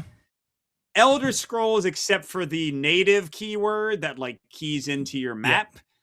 Besides that, you can get friggin' anything like out of the bag. But even Too Many Bones is still a step further than, hey, to come back to it, Hoplomachus Victorum, which does the genius thing that the unit bag starts out as just the basic units, the same exact ones you have. So you know every keyword. It's super easy. And each time you fight a new specialized minion in an arena, you fight against them. So you got to like look up their 1 or 2 keywords. And then you can recruit them, or they're in the bag to come out again. But you are slowly drip feeding keywords. So I don't mind keywords when they are compartmentalized. Even Cloudspire isn't as bad as like Too Many Bones or Elder Scrolls, because at least all the keywords are, for the most part, except for like the landmarks, they're limited to the faction. Like if I know my keywords, and I also need to know your keywords, that gets a little bit much, but okay. If I know both of those, then I'm kind of okay. Yeah, so when it's compartmentalized or when it's slowly added in, games that unlock content, it's like, hey, you played through scenario 1. Now here's scenario 2 with this new keyword. You'll get to learn that. Like they kind of like let you internalize it over time. Those are great. Games like many of the chip theory ones where it's like, here's 100 key, like you said, the double-sided PVC sheet. I love chip theory, by the way. Some of my favorite games of all time. But here's the double-sided PVC sheet. Any of these could pop up. So good luck. Yeah. Like that's a little bit much. Yeah, I wonder. I am torn as I start to think about it, because it is sort of an elegant way to get a wide variety of action, of reactions, and kind of like interesting tactical decision against them, other than just like it's going to move towards you and hit you for 2. As much as that's easy, it's also probably less interesting. It might be the most elegant way to solve that problem. I don't know. So I might be complaining about something I actually like, but I also just hate forgetting to run the baddie in the right way. Well, I mean, and it goes back to Magic the Gathering. They were one of the first ones to like really do a ton of keywords. And it was for the very good reason. It's like, hey, we have this cool idea. What if some of these units can attack the turn they come out? We could write on every single card and make it like a big paragraph of text. This unit can attack the turn that it comes into play. Or we could be like, oh, we're doing that a bunch of times. That's a really fun mechanic. Haste. And now it's just called haste. And it's a little bit of a, every time you do that, you're making that little bit of extra rules, a new slight rules barrier. There's something I might need to look up. There's something I might need to remember what that means. Right. But you gain the benefit of having less text, of having less to read on each individual effect, of being able to, like you just said, get a diversity of effects, but keep them kind of controlled and not have giant paragraphs on every card that are going to make your translation costs way worse and like all these other things. But I think sometimes games like forget that, it is a barrier each time you do a new keyword. Yeah. So when you get to your 50th keyword, maybe you done messed up and maybe you should have stopped with the barriers many steps ago. You know what I mean? Yeah, we call that scope creep, and I have a feeling, too many, or Chip Theory has probably ran into that a little bit based upon looking at even Elder Scrolls, like you said. That one, as much as it on the surface looks like is comparable from like a baddie skill perspective, it's not, because there could be any variety sitting in there at any given time. So that is a good point. So like with most good things that we've talked about so far, it depends, and the right amount of balance is important. Yeah. And hey, Elder Scrolls is one of my top Chip Theory games of all time. One of my top games from the last couple of years. So none of this made it a bad game. None of this made me not play it. Same thing. Sounds like you like it too. So yeah, like everything we're saying also might not matter if it's a good enough game, I made a glowing review on Elder Scrolls, and it was, I think, entitled 100 hours. And I probably spent more than 100 hours with that game before that review. And, it's as much as I did complain about, some of the fiddliness, and I had to make, I literally made myself a chart. Like, because there's some if ands in the whole kind of like running of that game. I still loved it, and we'll still continue to play it, and sometimes you deal with it. It's a necessary evil in this case. Okay, so you talk a lot about challenge curve and difficulty design. Yeah. Tell me, how important is that to you? I mean, it again depends. A shorter game doesn't need as much of a curve. By the way, to explain what we're talking about, for like solo co-op games, you want to generally, ideally, have the game be exciting from beginning to end. And usually that means things get tenser and tenser. Pandemic, you're drawing more cards. Every time you get an epidemic card, that little track increases and you're drawing more cards every turn. Forbidden Island, the literal island is sinking and you have fewer spaces to move, and the things you need to do are tighter, and the cards are being drawn more quickly as well. So I think it's very important, and I think it can be the death knell for a game when they get that backwards. Like, it's okay to not have it, especially for a quicker game where, it just doesn't really change that much, but the game's still fun. That's fine. But I've had games where like they kind of missed it, and it goes backwards and the game gets slower, and like you're powering up, but they're not matching you. And the game ends with a whimper and you just easily dominate everything. And that's not great. That's not great most of the time. So I think it's pretty important. But, I think, again, you can kind of get away with it. It depends on what kind of game it is and how long the experience is. I mean, ideally, you are making like the endings or conclusions dramatic as you go through a campaign or missions. That has to be incredibly hard from a designer's perspective to balance. It's incredibly hard, right? Because Yeah, if you make the game too, Spirit Island is a perfect example. I love Spirit Island, one of my top games of all time, amazing design, but it's a game that will often have a boring ending where I'm like, okay, yeah, I'm doing all right. Okay, I'm kind of surviving. Oh, they're dead. Oh, that was the last city. Oh, we win. Okay, we win. Good, everybody, we win.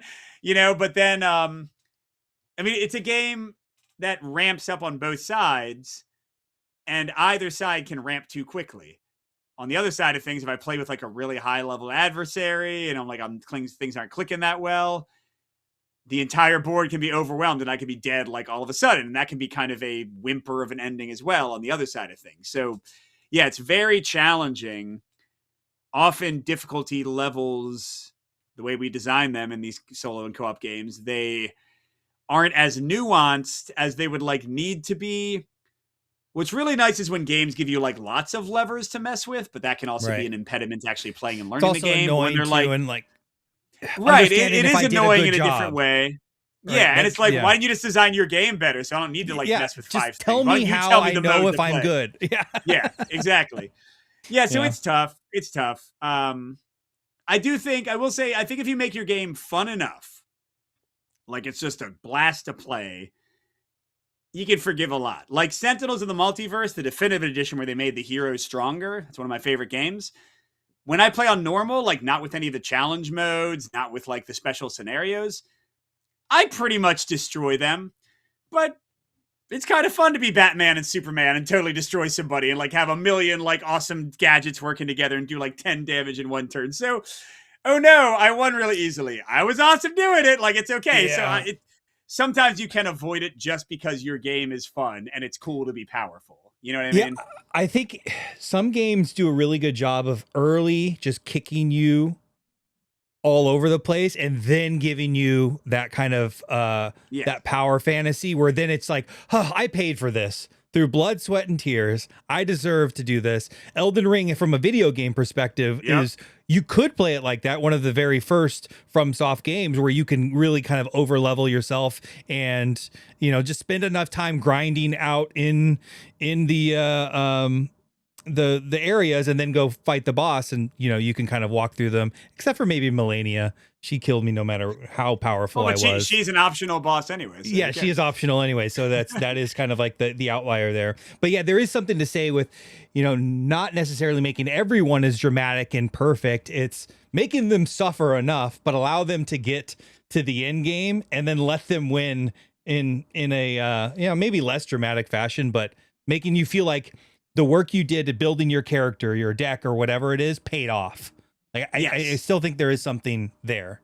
Yeah, I do think like power fantasy games, deck builders, those kind of things naturally lend themselves to that kind of a thing, and it's not as bothersome. But again, it's going to be totally player dependent. I know some people that say like if they have a higher than 20% win rate at a solo game, they aren't going to play it. It's too easy. It's not interesting to them. And I'm like, all right. I personally prefer to have a 75 to 80% win rate. Yeah. I want to struggle. I want to feel like I was clever to get there, but I want to win. That's I like exactly winning. it. I want to win all the time. I just want to feel smart doing it. I want to feel like my decisions put me in the position to do that. Like I play Slay the Spire all the time. I don't mind that my deck will tear through some stuff because I built that deck. I did that. Well, and also, you had like 3 other runs where nothing ever came together and you died and you're like, well, then now this deck is destroyed. So that is the absolute beauty of the roguelite is, being able to kind of come back even more powerful next time. So, there is that. All right, we have to get you to bed, but you're going to pick one of my last 3. So you talk a lot about combos and synergy depth. This is sort of in the depth range, so you can kind of skip past this. I think the most important one, though, that you talk about is cooperative tension, and this is the only real kind of like co-op specific category, especially talking a little bit about like the alpha player problem that can easily happen and make another person just kind of a derivative of their play, or rulebook clarity, which we all know it's good to have a clear rulebook. But you talk about all 3 of those a lot. Yeah, I mean, I'm a pick rulebook only writer. One. Pick only one. I guess we can do cooperative tension. like you said, it is like the cooperative focused one. Right. Yeah. So how do you think about that when you're designing a game? So I will say, first of all, that I try not to worry too much about alpha player because I do think it is mostly a group dependent thing. I don't have that problem in any of the groups that I play with right now. And I play with many groups. I do think some games, like, you can design against alpha player without like totally hiding everything. The biggest one is like the more your game is a puzzle and there are sudden must win like moves that need to be made. Pandemic has a lot of problems with this. Alpha player will creep in. Like, Pandemic will often put you in a situation where, like, if you don't go and clear that disease cube right now, we're all going to lose. I'm telling you to do it because I don't want to lose the game, even though I'm being an alpha player. Like it gets you in those kind of things. Whereas a lot of games, just by the very nature of the randomness in them, card draw luck, all these kind of things, them being less of like a clear puzzle, it's like, you don't friggin' know. It's like, just don't be a jerk. Then you're just a jerk. It's not like the game was designed badly. You're just a crappy person. Now, that being said, I think a lot about, and we've talked about this in our game designs, like how much discussion we want between the players. I used to think that the most you can have is great. I've gone away from that because I think that creates a new type of downtime. I'll give you an example. Flame and Fang used to be, in its initial design, and we played around this with a few of our things, we sometimes like simultaneous play games where like you're all kind of doing your stuff at the same time. Clearly, it lowers downtime, saves time in the overall play. Flame and Fang used to be a fully simultaneous game, but because we didn't have, it wasn't fully simultaneous. You could pick who would take the next action. A lot of co-op games do that. Like, anybody picks who wants to go next. And we had so many conversations. There were, interesting conversations. Like, hey, I could go. I can go fight that guy. It's like, oh, but, maybe I should do this. Oh, but at some point we were like, these don't friggin' matter. These aren't like really impactful conversations. In the end, the results are kind of the same. We're just sort of wasting the player's time. So in that case, we switched to where you have to go in player order unless you like sort of want to jump the queue, and you could like jump in with the turn if you had like a really good reason to do so. And it just led to a better flow state in the game turns. And there was still like discussion and overall strategy. We didn't want to get rid of that. But we realized that there was like some discussions don't need to be had. And especially if you're within certain game groups, like in our playtesting with certain people, there are some people who just really, when they're presented with a choice, they get kind of, they go too deep with it and it's not that important. It is like kind of the AP players. And I think you do want to kind of consider how much your design is going to, lend into the worst habits of people without actually improving the mechanics and the tactical choices and the strategy and all that kind of stuff.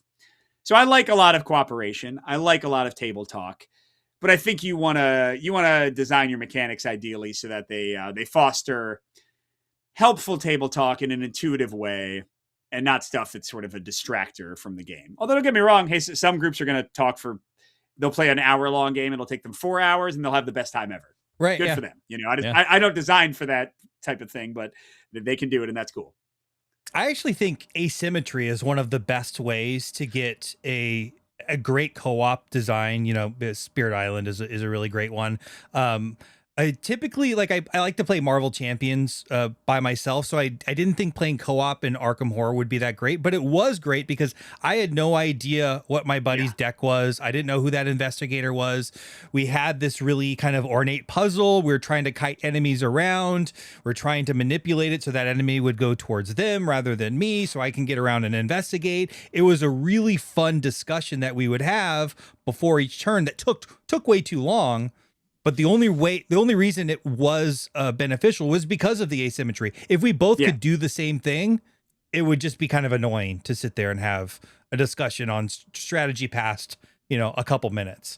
Another argument for why different characters and factions are great. Because 100%. You don't know exactly what I can do in my cards, or, you don't know what all my options are. And because that, often the best conversations, is what you were just saying, are around the goals you want to achieve and not the minutia of how to achieve them. So, hey, can you go take care of that enemy over there? Not, hey, pandemic, I want you to move 1 for your first action, remove a cube for your second action, move and again for your third action, use this card, which you told me you have, because I can see it on the table because you have your cards face up, and now you can teleport over there for your fourth action. You know, like, yep. When you are heavily involved and privy to the minutia of the other player's turns, the like beat by beat steps they can take, that's, I think, when alpha playerism can kind of become at its worst. Whereas if you're like, I need protection, can somebody heal me? We need to solve that mystery. We need to get to that location. Hey, who can do that with the cool tools at their disposal? Right. The asymmetry helps with that. I think that's a much better way and a healthier way to cooperate in the game. Well, yeah, in Arkham Horror, this was my very first time playing it. So my buddy was teaching me. He was the alpha, and he was like, "Okay, this is what I really think we need to do." But I had some really cool cards in my hand, and I said, "Did you know that I could do this?" And he's like, "Well, let me go read that card." And he's like, "Oh, actually, yeah, that is the best way to do it." And that was so rewarding, even as a brand new player to a system I had no idea about. This was my second play. And it was rewarding, and it really felt like we were cooperating. I would typically always try to play a game like that by myself because I want to sit there and kind of like puzzle out the turn and what's going to happen. But it was rewarding because of the asymmetry, because he wasn't paying attention to what cards were in my hand, and then I just did different stuff. I had too much in my head to even pay attention to what he was doing, so it was super rewarding as a co-op experience. That's great, man. I'm glad. I mean, it's my number 2 game of all time, so I'm glad you're enjoying it too. Is it just number 1? Yeah, Exceed's number 1 easily. Arkham's the number 2, number 1 co-op game though. Okay. Do yourself a favor. Just let me help you. Just stick with chapter 2 and the new stuff that comes out. Don't feel the need to spend thousands of dollars. Yeah, don't go backwards, dude. I own everything. Why I did it. I spent over $1,000 over the years to get it. I love the game. You don't need it. You're fine. No, I did that with Marvel Champions, and I bought backlog, and then I regretted it because I didn't get through all of it. I really didn't love the system of having to go buy the Hulk pack to get those 2 cards to build the really cool deck that I found online. I love the idea that this is a new starting point. We're going to be going. Yes, they want me to keep buying more stuff, but we're going to go through seasons essentially. I'm not going to engage in any sort of legacy decks or systems. I'm excited and happy to have shorter campaigns because that's the time I have anyways. It seems like it's kind of made for me at this point. I can probably get to everything as it comes out. I'll play the next campaign in August, the standalone expansion in fall. Great. It's perfect for me. Yep. So I'm happy to do that. I'm not going backwards. I don't have the money. That's the healthiest way. Never look back. It is. So for me, and we had this big discussion as a new player, it's great marketing. The big question is it exciting for the veteran? And some of my veteran friends weren't necessarily as hyped about it. They like the longer campaigns. I've reviewed all the new stuff that's come out, and every time I've said, I don't really know why you need this if you're a veteran. Really? So, yeah. That's been my consistent refrain. I mean, if you want to get the new campaigns, you need to get chapter 2 just to have the new encounter sets. And that sucks. Yeah. And it costs more than it probably. Yeah, it's not cheap. And you're not really getting a ton of stuff in there for $70. It's insane. It's a little rough. This is what we talked about yesterday is when you buy that, you can't, it's not a good testing ground. You're spending $70. That is a legit game. And you're not getting $70 out of it. You're investing in a future system that you have to have faith in is going to be good enough to be worth your time. I can see it probably is for me. It's just my type of thing. I like it. I think it's cool. And I justify it. I mean, Arkham is my favorite. Arkham is my favorite game that I tell people not to buy. Yeah. Like if you hadn't played it, if they weren't sending you the stuff as review copies, if you hadn't played it yet, I probably would be like, just don't do it. You're fine.